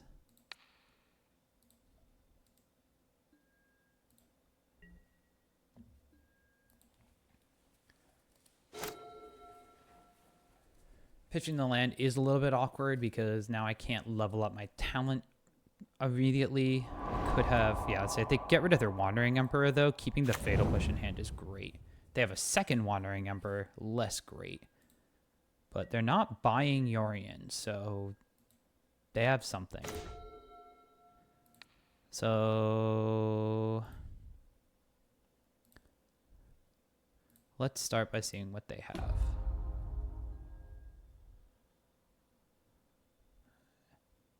And it could just be they have Wandering Emperor number 2. Okay, they had Teferi.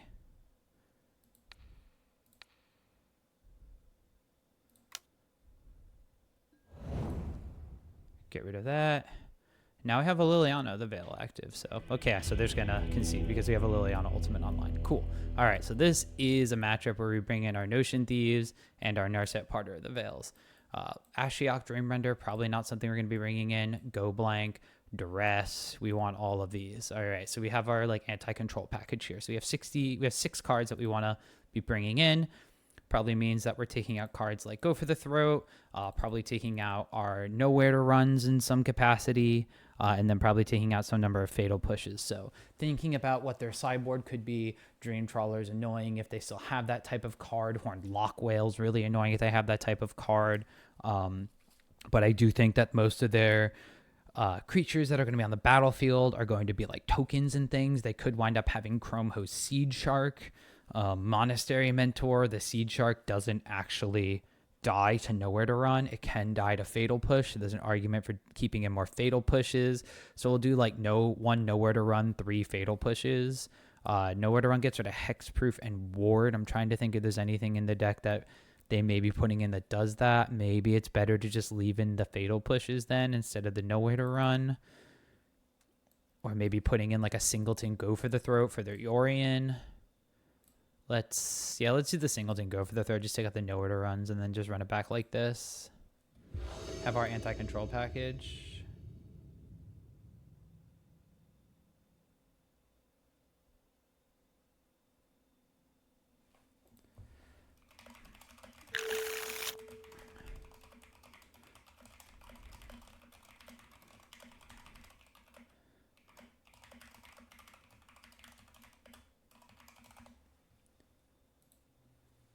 All right, so they've mulliganed to 6. Did they mulligan to 6 last game too? They did mulligan to 6 last game.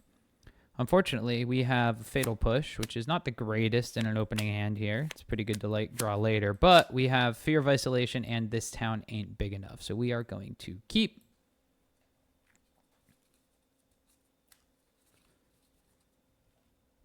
Most importantly, we have like the cards to play them. So we're going to probably turn on Stormchaser's Talent, turn 2 Pass, turn 3 Fear of Isolation, replay Stormchaser's Talent. We don't have any disruption, though, so we're not going to be able to get rid of their early game plays like we did last game, unless we draw Duress or Thoughtseize, in which case we play that on turn 2 here. So we have our island, we have our otter, and we yield. So these control matchups may be one where this is slightly better than the traditional Wasteland deck. I still think traditional Wasteland was also very good against the control matchups. It's just that you have a better clock in this deck with Hopeless Nightmares, with the Otter tokens, with all sorts of things. So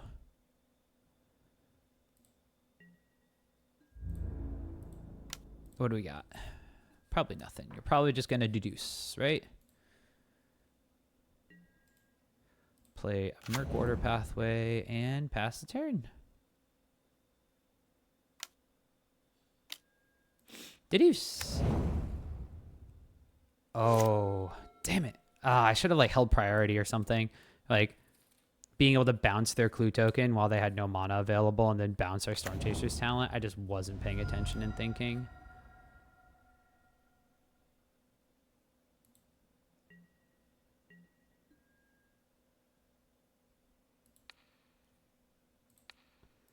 Let's see if they counterspell this. Because we have Fear of Isolation, just pick up the thing again next turn. And this town ain't big enough. Being in our graveyard is not bad place for it to be. I'm pretty sure if they just crack the clue, like this doesn't fizzle. Because it's up to 2, and them having a target reduces the cost. Aw, they're going to destroy the enchantment. That's pretty bad for us then. So now this is like tempo negative. Unlucky. But cool. We got rid of a thing from them. Now the downside though is we don't have anything. We have a Fear of Isolation. Now these 2 Fatal Pushes laughing at us. That, I mean, there wouldn't have been anything else though, so. Now we just have an awkward draw because all of our gas is gone. Shocking in inconspicuously. Yeah, this is really awkward because we don't have a swamp either, so this is coming to play tapped.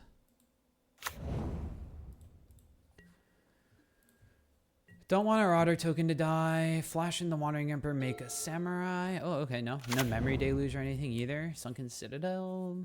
Opponent's on 3 cards. We're still on 5. I mean, they didn't mulligan, so there's a chance that they just have a bunch of lands. Shocking in just to scare us. Narset's pretty good.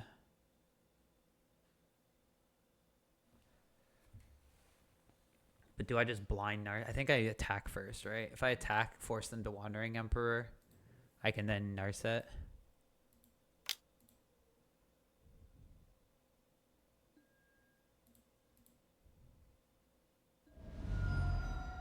Okay.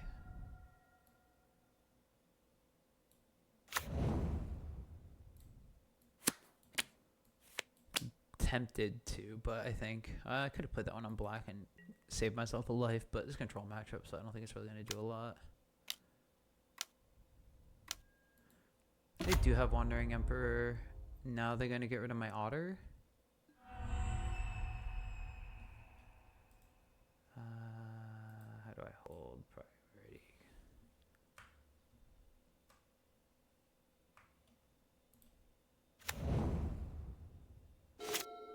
That didn't work. I want to Fatal Push it when they're tapped out. Okay.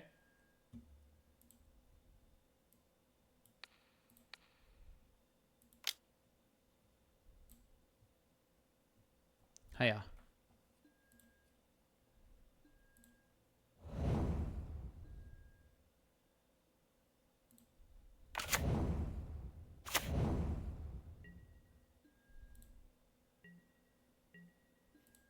See if this elicits a counter spell from them.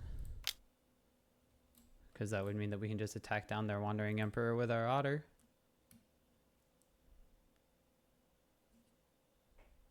We have 3 to pay for No More Lies too. Cool. That works.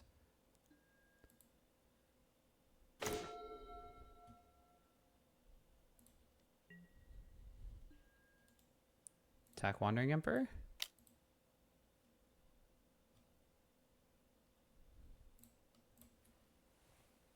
Are you going to let the Wandering Emperor die? March of Otherworldly Light. Sure.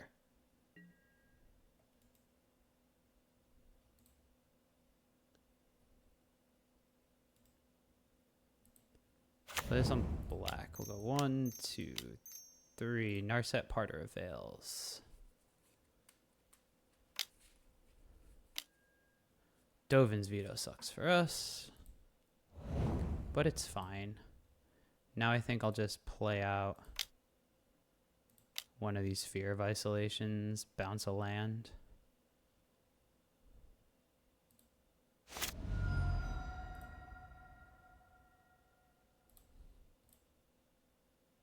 They're on 0 cards now, and this will still kill their Wandering Emperor. I mean, like, if they make a Samurai, it's race time. Teferi would be really bad off the top. Alright, buy Yorion. Make a Samurai. Let's race the clock. Restless Anchorage is pretty good for them, though. So their hand is Yorion, and that's it. Waste Not would have been good with any sort of discard action.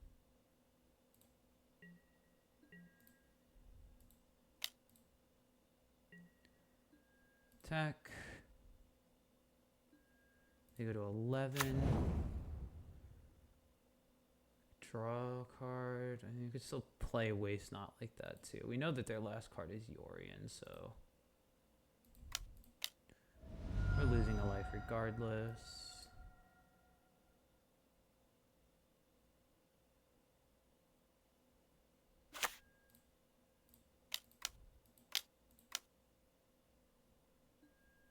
Fatal Push, cool.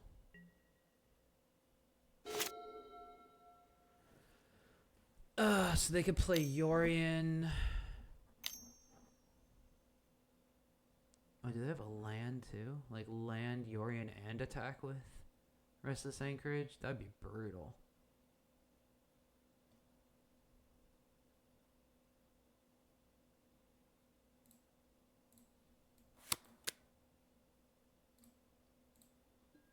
Yeah, that's what it looks like it's going to be. That also means that Waste Not is like pretty bad now because they won't have any cards in hand. They get a map.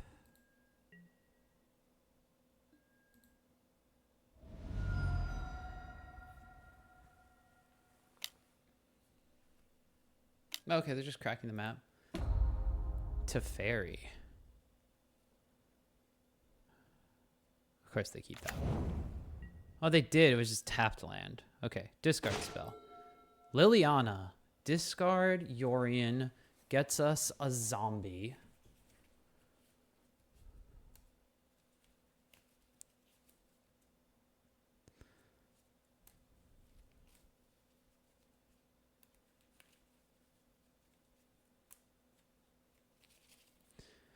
All right, let me think here. If I tap down for Liliana, they discard. I make a zombie. I attack for 2.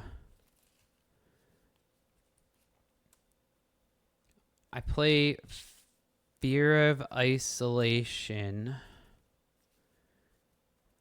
They attack into my Liliana with everything, which means that they can't play Teferi.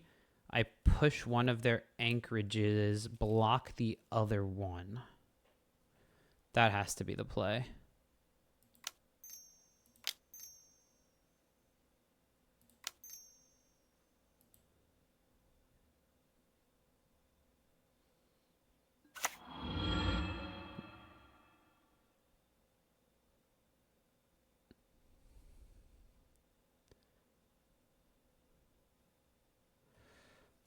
if I do that, I have to ditch my fear of isolation. So I should attack first.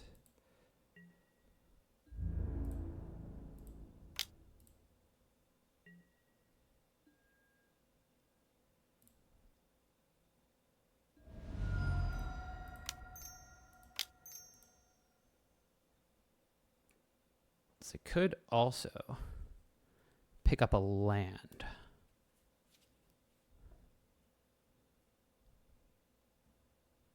Right? Did I play a land yet this turn?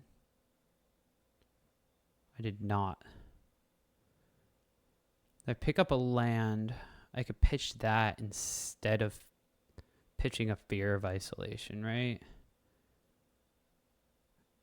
2, 3, 4, 5, 6. That puts me one off of a otter activation eventually. I'm just gonna do that though.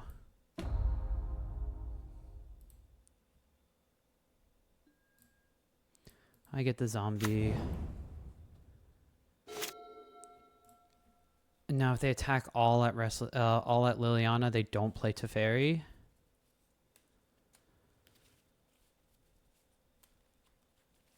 And then I can snag Teferi from their hand. And then we're sitting pretty. Now they have to be thinking like, why did opponent discard land if pick up?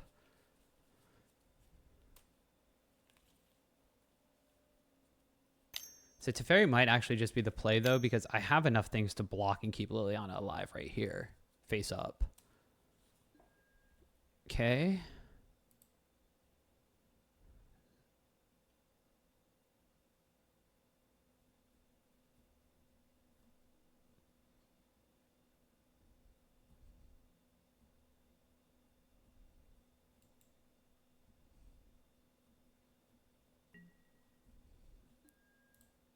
All right, so I guess they're just going to do this and then still be able to cast Teferi. But then they can untap 2 lands and can't untap Restless Anchorage. And then my 2 Fear of Isolations won't kill Teferi, but they'll have to block with their Samurai token. Which they can't because I'll minus, and yeah, so I kill Teferi.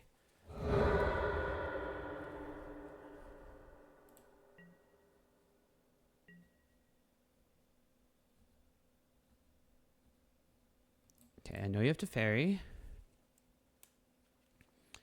If you don't play it, I make you discard it. If you play it, you get to untap 2 land, draw a card, and pray that you have removal.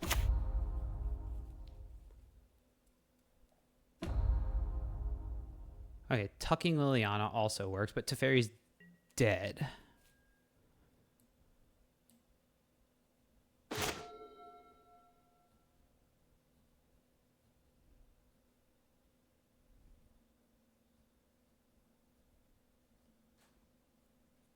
Play Stormchaser's Talent.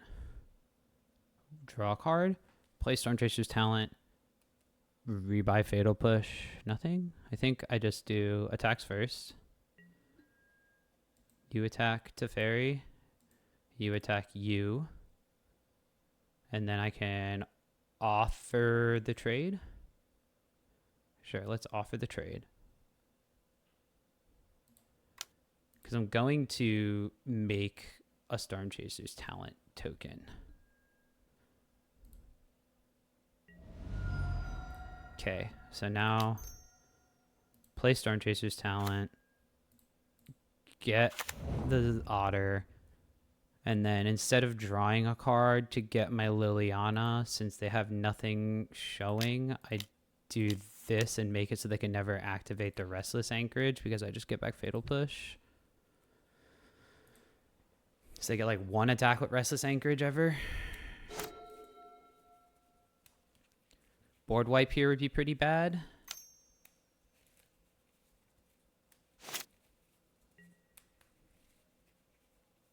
Yeah, all right. So there we go. So the deck is still really good in like the head-to-head control matchup. So We had a couple of different lines there. We even just able to play like a vanilla 2-3 and just having the Liliana back up and just making them run out of threats was pretty solid. They mulliganed to 6 twice, and this is a discard based deck. We actually did not have any discard spells besides the Liliana, so we were able to just kind of fight through things, be patient, force them to counterspell our Narset, and then the fatal pushes came in clutch, because if that was a nowhere to run, that wouldn't have been able to kill the buffed up Restless Anchorage. So you had another reason to keep in the fatal pushes over the extra nowhere to run, and taking out the nowhere to run again and putting in the go for the throw in that spot, because that also kills the Restless Anchorage there. So we're 2-2. We won against both of our control matchups. We lost against both of the Rakdos matchups, which means we got one more to see if we go the Jund 5-0 or not with the Dimir Bounce Waste Not deck. All right, we took a little bit of a break and had to cook some dinner. I got my wife, and unfortunately, we have a waste knot stuck on the screen. What happens if I restart this over here? No, I don't want to concede the match. All right, I guess I don't get to. Well, we are going to keep these 7 cards, I suppose. We do have 2 lands. We have a bouncy bounce, and we have a hopeless nightmare. So let's keep. Apologies, I guess we're just going to have this waste on here for a little while.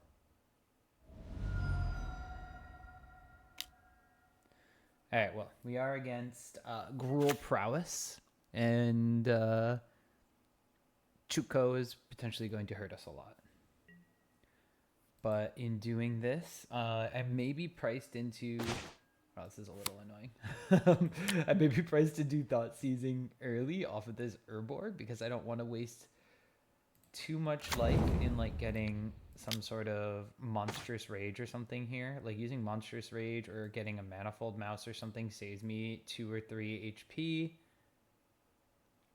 Compared to the Thought Seize, I'll probably just get the Manifold Mouse, and it's the only thing that targets right now. There's Innkeeper's Talent, which they can't cast.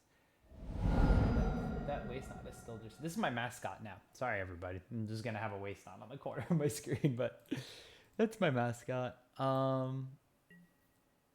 Hopefully that just goes away in between sideboarding. But anyway, I'm getting rid of the Manifold Mouse. They didn't have a second land to play most of the things in their hand anyway.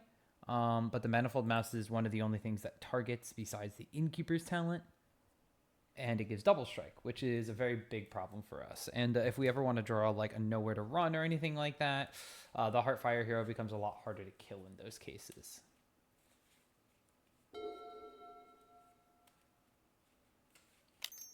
Okay, tapping for their other Heartfire hero, and we're about to take 1.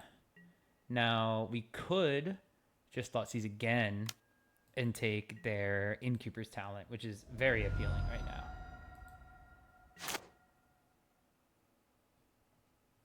I'll pull whatever we get off to the side here, since we have this waste knot bugged out on our screen.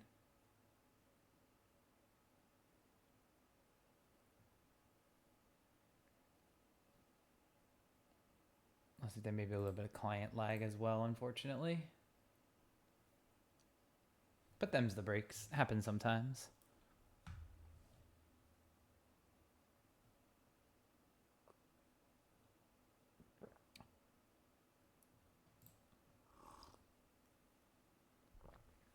But yeah, what we might be looking for here is with an unknown card in hand, which was not a pump spell. All right, Dark Slick Shorts is great, because now we can kind of start picking apart their hand.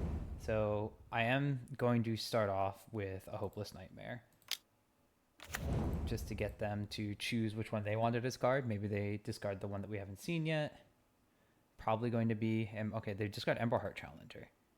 So now I do want to Thought Seize hit the Innkeeper's Talent while they have like no pump spells in hand. A third Heartfire here. Okay. Innkeeper's Talent here is the only thing that targets. So now they just have Heartfire Hero and Soulscar Mage. So they have 2 1-drops. Yes, they are going to be playing a bunch of things. Yes, it is going to be a little bit painful.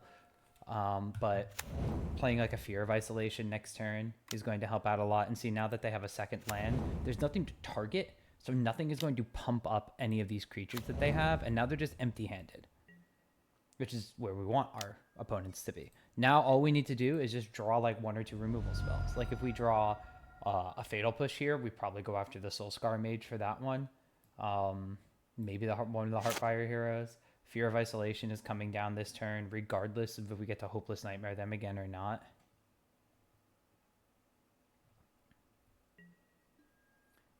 Yeah, and so now we even get to play Shipwreck Marsh instead of having to play the Watery Grave. Because Fear of Isolation blocks profitably. It doesn't necessarily die to a block and a block from anything here.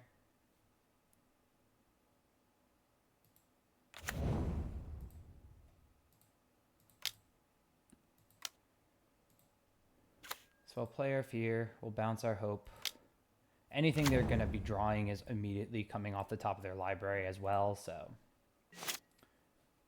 it's not like we have to like hold up a Hopeless Nightmare. And we have a second copy here as well.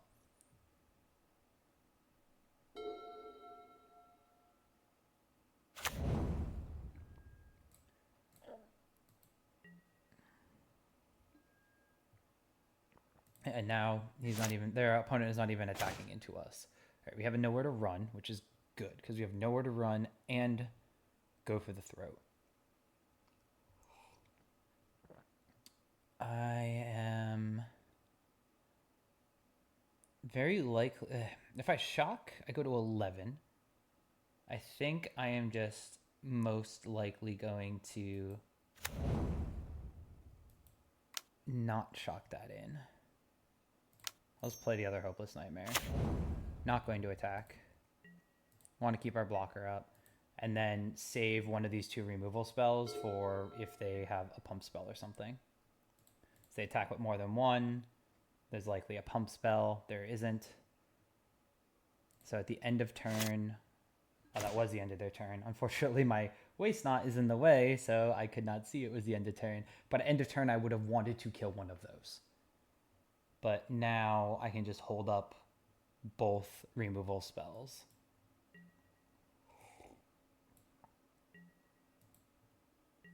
It's very unfortunate. I should maybe like just even put like yield till next end step on.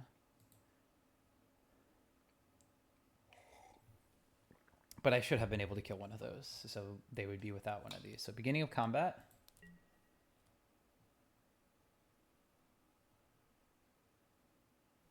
Do they get frisky with anything?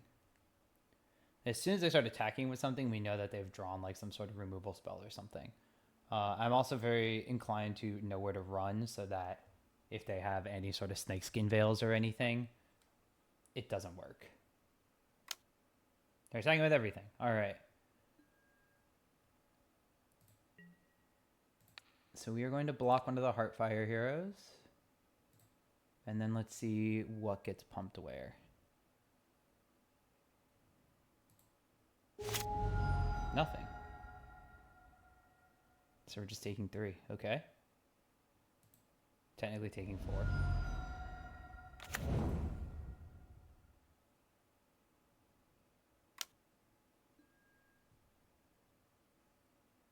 Kicked Burst Lightning. That's a... sorry, unkicked Burst Lightning. That's a little unfortunate.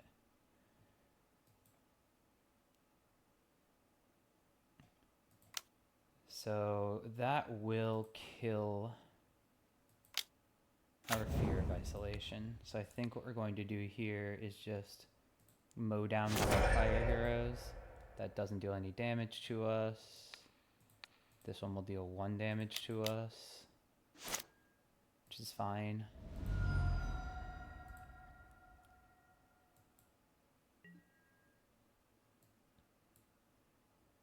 Now we're alive with like any removal spell or blocker. So we'll just do this now. We do have a nowhere to run under here somewhere. So it's preventing their hexproof shenanigans from working. I have a second Hopeless Nightmare under here too. Screaming Nemesis is a little annoying. Definitely something I wish I had that go for the throw for now. So I'll take some damage. Okay, on end step, we'll pop one of these Hopeless Nightmares. Fix our draws a wee bit. Liliana the Veil. That sounds good. So this goes on the bottom. This will stay on top. Draw. Just holding on to the Otawara for now. But I might wind up playing it soon. Play Liliana. I would like to activate the Liliana through my Waste Knot. Then we just hold this to bluff a removal spell. Hopefully they don't just keep drawing Screaming Nemesis.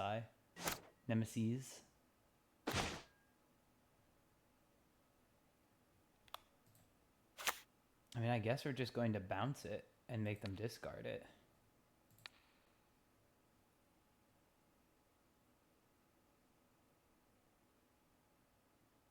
Oh, it's only a legendary creature. That's a little unlucky.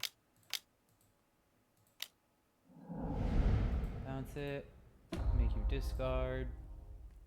And now we're like a little bit stuck because this is again one of those games where we drew all of our removal spells. We dealt with the things our opponent wants to do. We had a couple of discard spells early on, but we don't have any of our engine pieces despite this Waste Knot on the screen, which is not actually here. But our opponent is just done with it anyway, so.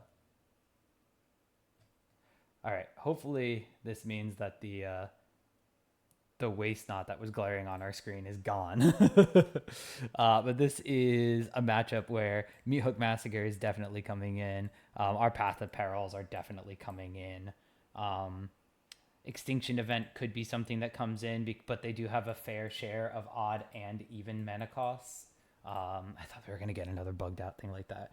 Liliana the Veil is actually not that great here. Bandit's Talent as well, just making them discard one spell, not great. And to be completely honest, our engine card Waste Knot is also not super great here, so I'm probably going to take one of those out. Like I mentioned a little bit earlier, saving some damage by thought seizing away one of their 3 mana spells, or 3+3 spells, especially with Heartfire Hero on the field, that gives them it gives them 4 damage altogether because you get the Valiant trigger and you wind up getting the +3 from your actual spell. So using Thoughtseize on something like that is not bad. You are taking 2 and saving 2 damage in the long run from that. So keeping Thoughtseize in is not a bad idea.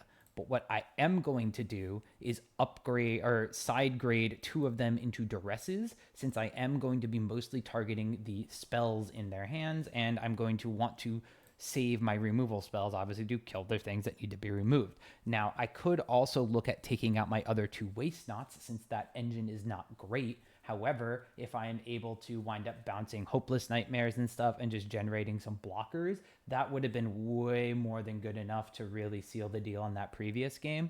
So I'm really thinking about taking out 2 of my Waste Knots. The Stormchaser's Talent is also something I could potentially look at taking out. I like the ability to create blockers, and I like the fact that it can buy back my removal spell, so I'm more inclined to keep that one in. Let's try just taking out the 2 Thoughtseizes and side grading for the Duresses for now. But if it becomes a thing of where, they wind up putting in extra creatures in this matchup, especially if they're bringing in like Obstinate Baloth, it's actually an argument, actually, now I'm thinking about it, if they put in Baloth to take out Hopeless Nightmare instead. So maybe I'll do 1 Nightmare, 1 Thoughtseize, and then we'll see if we get punished for it or not. If they put Baloth in, then we just take out Hopeless Nightmare entirely and we reconfigure our deck a little bit. Thankfully, the giant Waste Knot is gone, so we don't have to deal with that on our screen anymore. Also, like, some very weird reverse rolls going on here is Chuka's got the Liliana, and I'm playing the Liliana deck, and I got the Sarah Angel from my Dimir deck. We are in a little bit of an awkward spot because we don't have a way to turn on our Gloomlight Verge in our hand. And we don't have an untapped black source on turn 1. But we do have Fear of Isolation Stormchaser's Talent, and this will come into play tapped, unfortunately. What I am going to do, though, is keep and see what happens. There's our Heartfire Hero. There goes their hero. Basic land, Watery Grave, or whatever gets me out of this predicament entirely, so.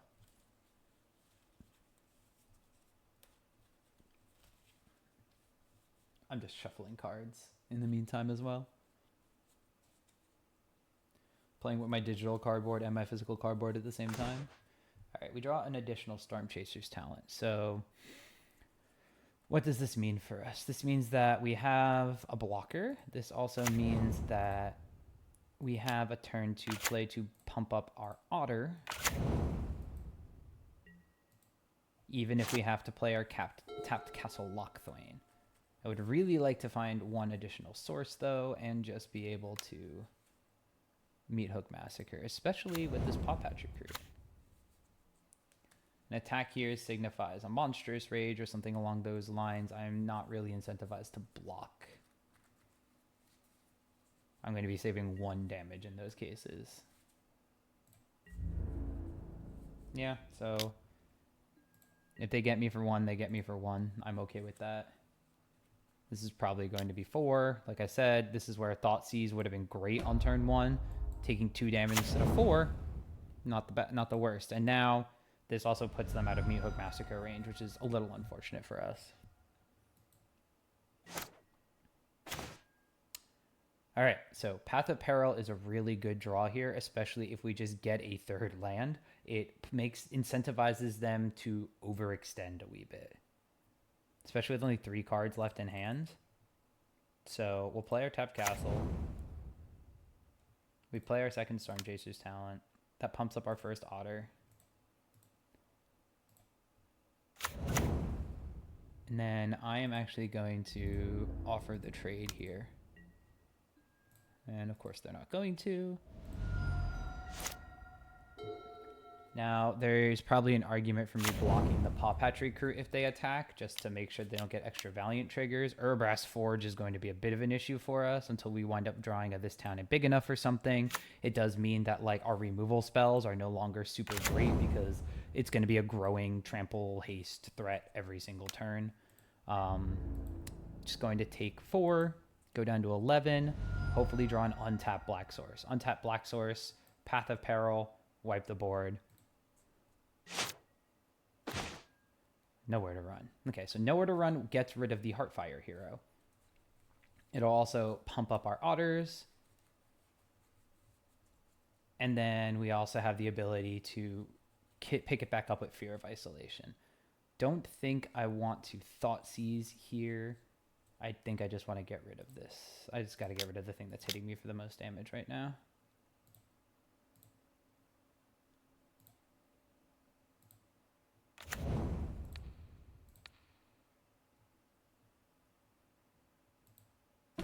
I forgot about the active ability. Okay, so that he's pumping up the... Yeah, he's pumping up the Paw Patch Recruit because of that. But +1/+1 counter does mean that making this a 3/2 means I don't think I can attack with both Otters. I just want to block with 1. Land would be great. It also means that now my Meat Hook Massacre is not great on this board. Emberheart Challenger. Get the Forge. This thing has Trample already.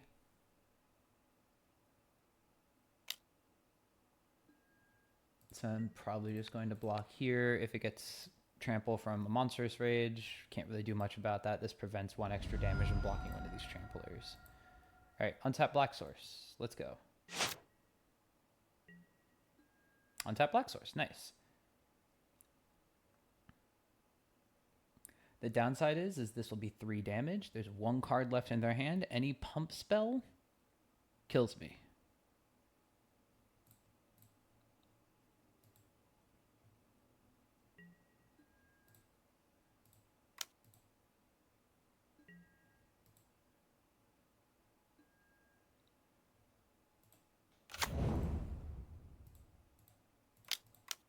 But we can't really do anything about that.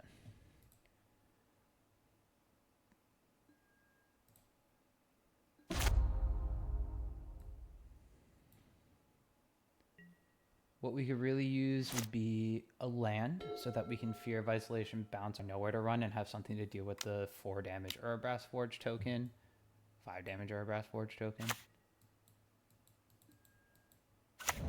Innkeeper's Talent plus this is very problematic, but at least they don't work in the correct order for our opponent.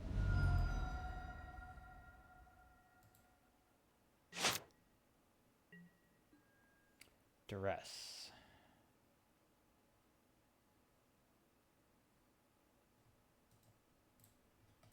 I mean, there is one card left in our opponent's hand, so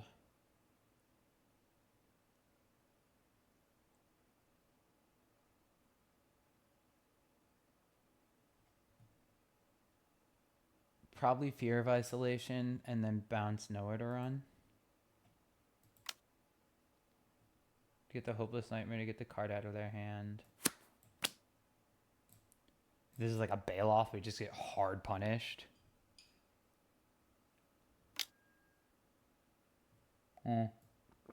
We're dead.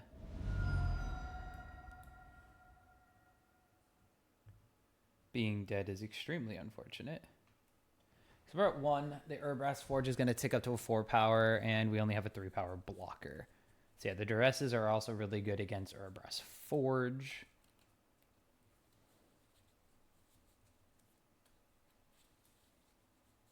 And our opponent didn't really even have a ton of creatures this game. It was just three creatures, and we stalled on land, which we can't do in this specific matchup.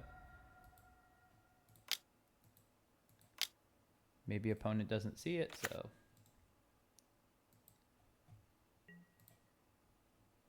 We're dead though. We're at 1.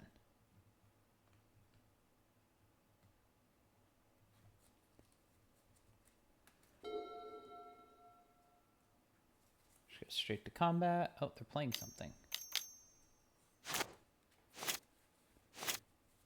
As they showcasing a Screaming Nemesis. Alright, level up the Innkeeper's Talent.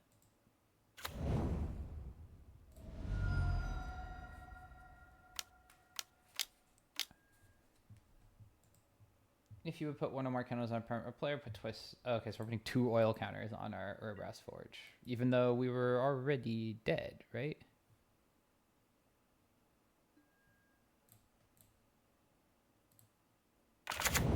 Yeah, we were already dead.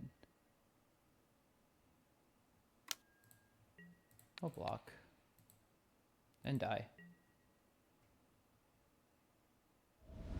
Okay, cool. What do we have? Nothing that could have won us the game. So this is just a case of we needed to have our land. If we had our land, we win that game because we are able to curve out our removal spells and bounce our Nowhere to Run. So I don't think we really need to make any changes. We didn't wind up playing the Duress. We played the Hopeless Nightmare instead. And like, we know that they have Urbrass Forge and they have Paw Patch Recruits. So I think keeping the Duress in is fine. I don't think we really need to change anything about the configuration of our deck. Okay, so this is a little bit of an awkward hand because again, we have 2 blue spells and only one blue or black source of mana, which is the issue that you run into when you have 2 colors in this deck and you're trying to run utility land, which is why you don't have the Field of Ruins and you only have 1 Gaia Reach Sanitarium. This one, unfortunately, because I have a black mana that can duress them on turn 1 and then Fatal Push. But if I do not draw another source of blue mana, I don't have anything to do. So this would be a mulligan in 90% of the cases. I'm inclined to try it out, though, and just use the black mana and then hope to draw out of it. But that is super risky. So let it be known that this is a super risky play. We're going to try it. Mostly just off the back of the strength of these 2 cards. They mulligan to 6. That makes this slightly better, even though it is still very risky.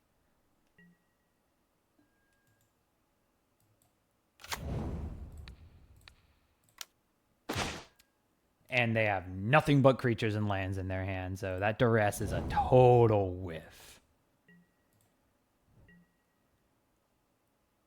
They have a Heartfire here and an Emberheart Challenger, but nothing to pump them up with. I am inclined to wait to fatal push the challenger because that is a source of card advantage for them. And we do wind up getting punished.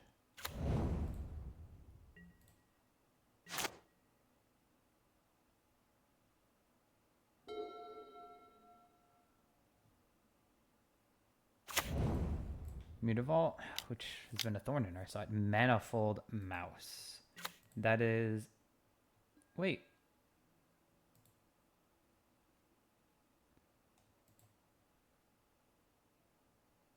Do I not have a stop on the end of my opponent's main phase? Oh, that's so unlucky.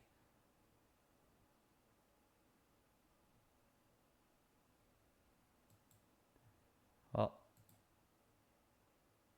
I guess we are doing this now. I just don't have a stop here, I guess. Which is very unfortunate. Because I should have just taken one and still had the nowhere to run in hand at this point.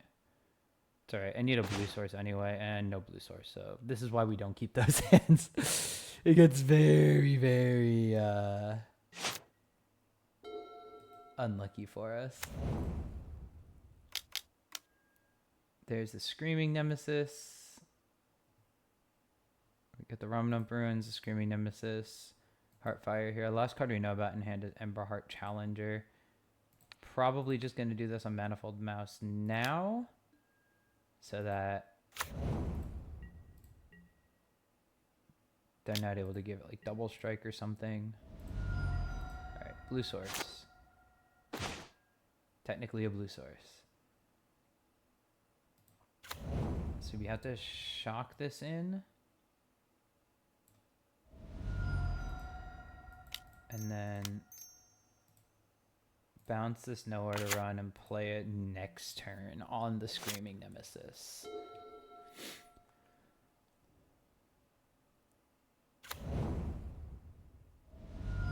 Well, shocking that in isn't good. Ooh, a second Screaming Nemesis. We are in trouble.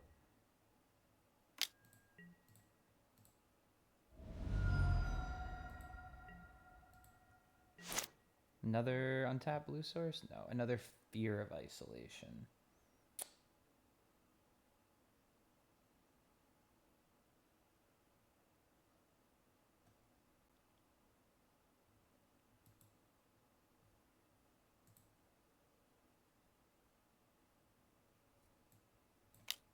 Alright, we'll play our Stormchaser's talent.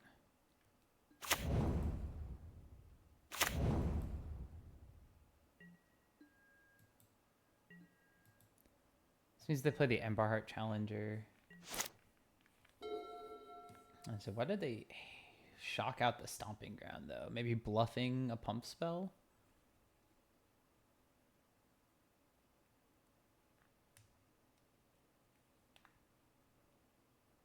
They know about our nowhere to run.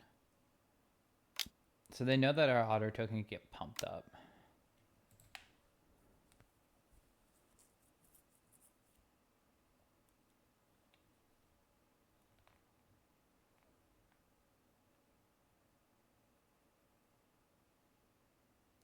But yeah, risky keep of the day did not work out for us. Our duress whiffed. Even if we had a hopeless nightmare in that case, we probably just get one of the Screaming Nemesis wouldn't be bad to hit there, honestly. All right, so probably has something to pump. So maybe I do this, and then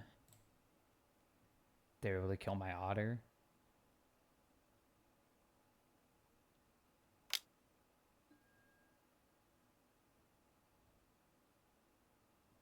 And they're going to Burst Lightning the otter. That triggers Prowess. That's going to keep their thing alive.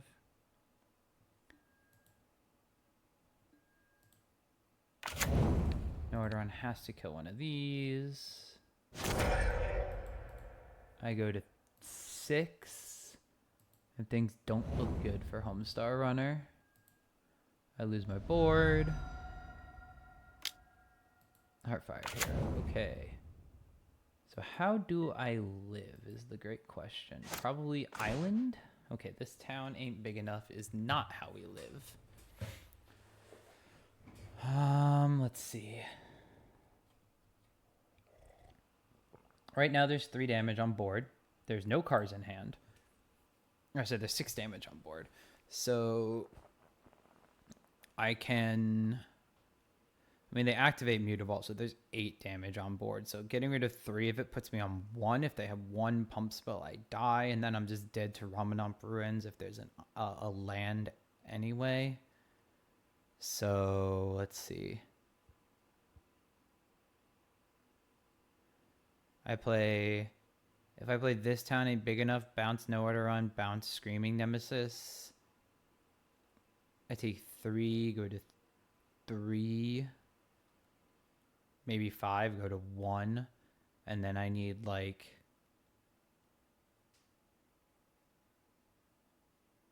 need board wipe.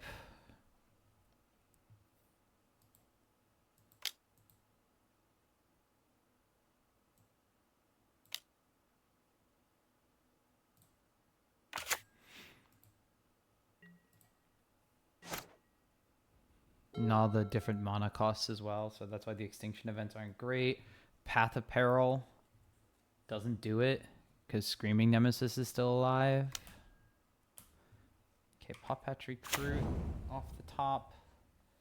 Activate Mutavault. I can go down to 1.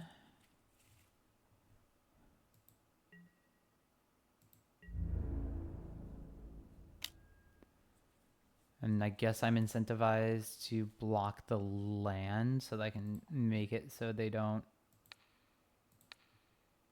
automatically get to Ramanamp Ruins me to death. But I'm pretty dead. Oh, I'm dead anyway, so I took 6. So unfortunate. We kept a very risky hand. I said what the risk with the hand we're going to be. So that means that we wind up taking a result of a 2-3 overall in the match. I just want to go back to the deck itself. Throughout the course of the actual games, I did mention that there were a couple things that I wasn't necessarily a huge fan of when it came to the deck. One of them was going to be the fact that I was 2 colors, so I lost access to a lot of my utility lands, so I didn't have Field of Ruins to deal with Mutavaults, specifically in the Rakdos Demons matchup or the Rakdos midrange matchup. That felt pretty bad for this deck specifically. Using a lot of my fatal pushes, my go for the throats, and Nowhere to Runs having to be used on the creatures specifically, which is how you would normally play the control version of the deck, the mono black version, meant that I wasn't able to have anything to deal with the Mutavaults, and it may just be a case of I need to prioritize killing Mutavault a little bit more in that matchup as opposed to killing Blade of the Oni or Fear of Missing Out or things like that. That matchup against the Gruul aggro deck specifically, we kept a very loose game 3 hand.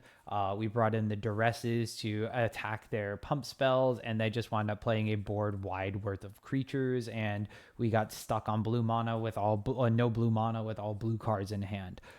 One of the things that I felt was a little lackluster was the Fear of Isolation. I know that in general, this card is very, very powerful. However, in these games specifically, it was never a great blocker. It was okay in the Azorius control game. That actually saved us, the Azorius control game. However, playing it and then replaying something at sorcery speed wasn't exactly where our deck wanted to be unless it was exactly with a Waste Not out already, where you Fear of Isolation, Hopeless Nightmare, bounce a Hopeless Nightmare, replayed a Hopeless Nightmare. There were a couple places where you Fear of Isolation and then bounce a Nowhere to Run. We're able to reuse it a little bit later on. I understand the utility of it. I just think that every single time I played it, I wanted it to be at this town ain't big enough so that I could play it at instant speed to kind of go with the rest of my deck. And the Fear of Isolation was only really priced into the Waste Not plan. And since I'm only running 3 Waste Nots, I wasn't hitting it every single game.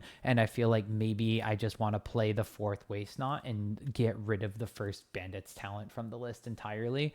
Not super sold on Bandits talent. I think with Hopeless Nightmare, and if I'm still considering keeping the Fear of Isolations, Hopeless Nightmare is doing damage that Bandit's talent normally doesn't do for the first, I don't know, 5 or 6 turns that the card is there.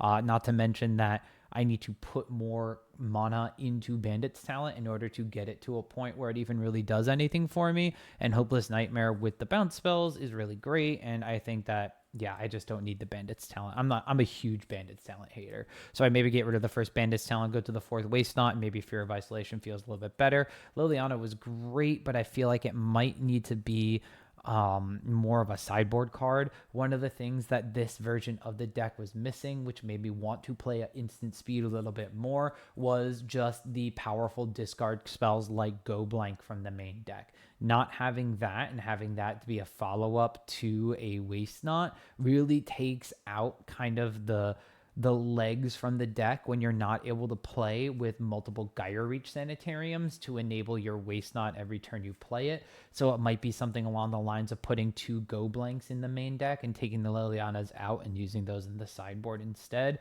I never ran into a situation where I wanted to Liliana activate, bounce, and then Liliana activate again. I know that that's a reason to have Liliana in the deck in the first place, but I just wasn't really running into it. I feel like this version of the deck was even better against the slower matchups. We played against the Dimir control with the Valki and Jace combo. We played against the Azorius control, and we were able to grind those games out. But unfortunately, those are already good matchups for the mono black version. So when I'm thinking about what does this add to the matchup matrix that the mono black version lacks, that isn't something there is. We played against the Rakdos deck twice. I was sorely missing some of the utility lands and cards that I have in the mono black version. And we even saw that it kind of came down to like Go Blank Wars in one of those games as well, where we go blank, they go blank. They were on one card, we were on one card, but they had an Unholy Annex, and they were able to outgrind our Liliana's discarding that we had, so it just didn't wind up working out for us in the end. So I would really think that there's some little tweaks to the deck that need to get done. I do like the play pattern of the deck and letting us play a little bit more instant speed. I just think you need to really kind of tweak the deck to go that way, or you need to kind of put back in some of those sorcery speed things in order to make the deck play a little bit more like the Waste Not control deck. And then your instant speed interaction is still just your removal spells that you're playing in the control list. And then treating This Town Ain't Big Enough as like a removal plus recurrence effect rather than being like an engine for the deck to do things with your Hopeless Nightmare and Waste Not. So this is my first time playing the deck in a league as well, so there's obviously things that I did incorrectly. I think I misplayed in one of the Rakdos games for sure, where it wound up putting me at a major deficit when I think I should have been ahead.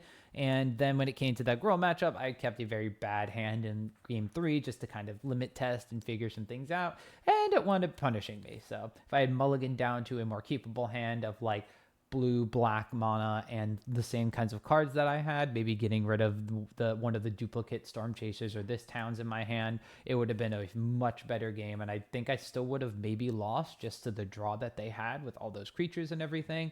But it wound up, we live and learn, and then we get to figure out what we're going to do. So this is my first time playing this deck in the league. I'm probably going to take it for a couple more spins. I know somebody at my FNM is playing a version that doesn't have Waste Not on it, so I could always borrow it from them and jam my Waste Not cards in there if I want to. But I've also been packing my mono black Waste Not decks the last couple of times I played Pioneer at my LGS and been enjoying that. So probably going to keep jamming Waste Not and Pioneer as much as I can, and then probably also taking a foray into Standard to try to maybe do card arts last RCQ of the season, and have ordered a bunch of cards to play the Roots deck that I've been playing just on Arena there. So hope you've enjoyed me going through a league. Unfortunately, we didn't get the Jund 5-0. We 2-3'd the league overall, but the deck has some interesting strengths. I like the interactions it has, especially against the control matchups, but I think it does need a little extra oomph to kind of make that Rakdos matchup as good as the mono black versions of matchup is in that specific head-to-head there. So if you've enjoyed this content, you can, of course, thumbs up the video to show that you've enjoyed it and therefore want me to make more content actually playing the game rather than just reviewing a bunch of the events. But speaking of, we are going to be reviewing the Modern Regional Championship that is currently going on in Portland this weekend. I'm probably going to edit this video and upload it either Sunday night or Monday morning, so this will be out before my review of that event and the metagame breakdown that I do for that event every week, so make sure to check that out. You could, of course, if you are wanting to chat it with me about all sorts of decks and everything, you can become one of my members of my channel. So you can click the join button down below, or you can click it on my main homepage so that you can show your devotion and you can become one of my supporters that make this video and all of the videos on my channel possible. And of course, there's the way that you can just support me normally, which is by tapping that subscribe button. Then you can stay up to date on all the latest Magic the Gathering gameplay, deck techs, metagame analysis, and just general video Magic content from me.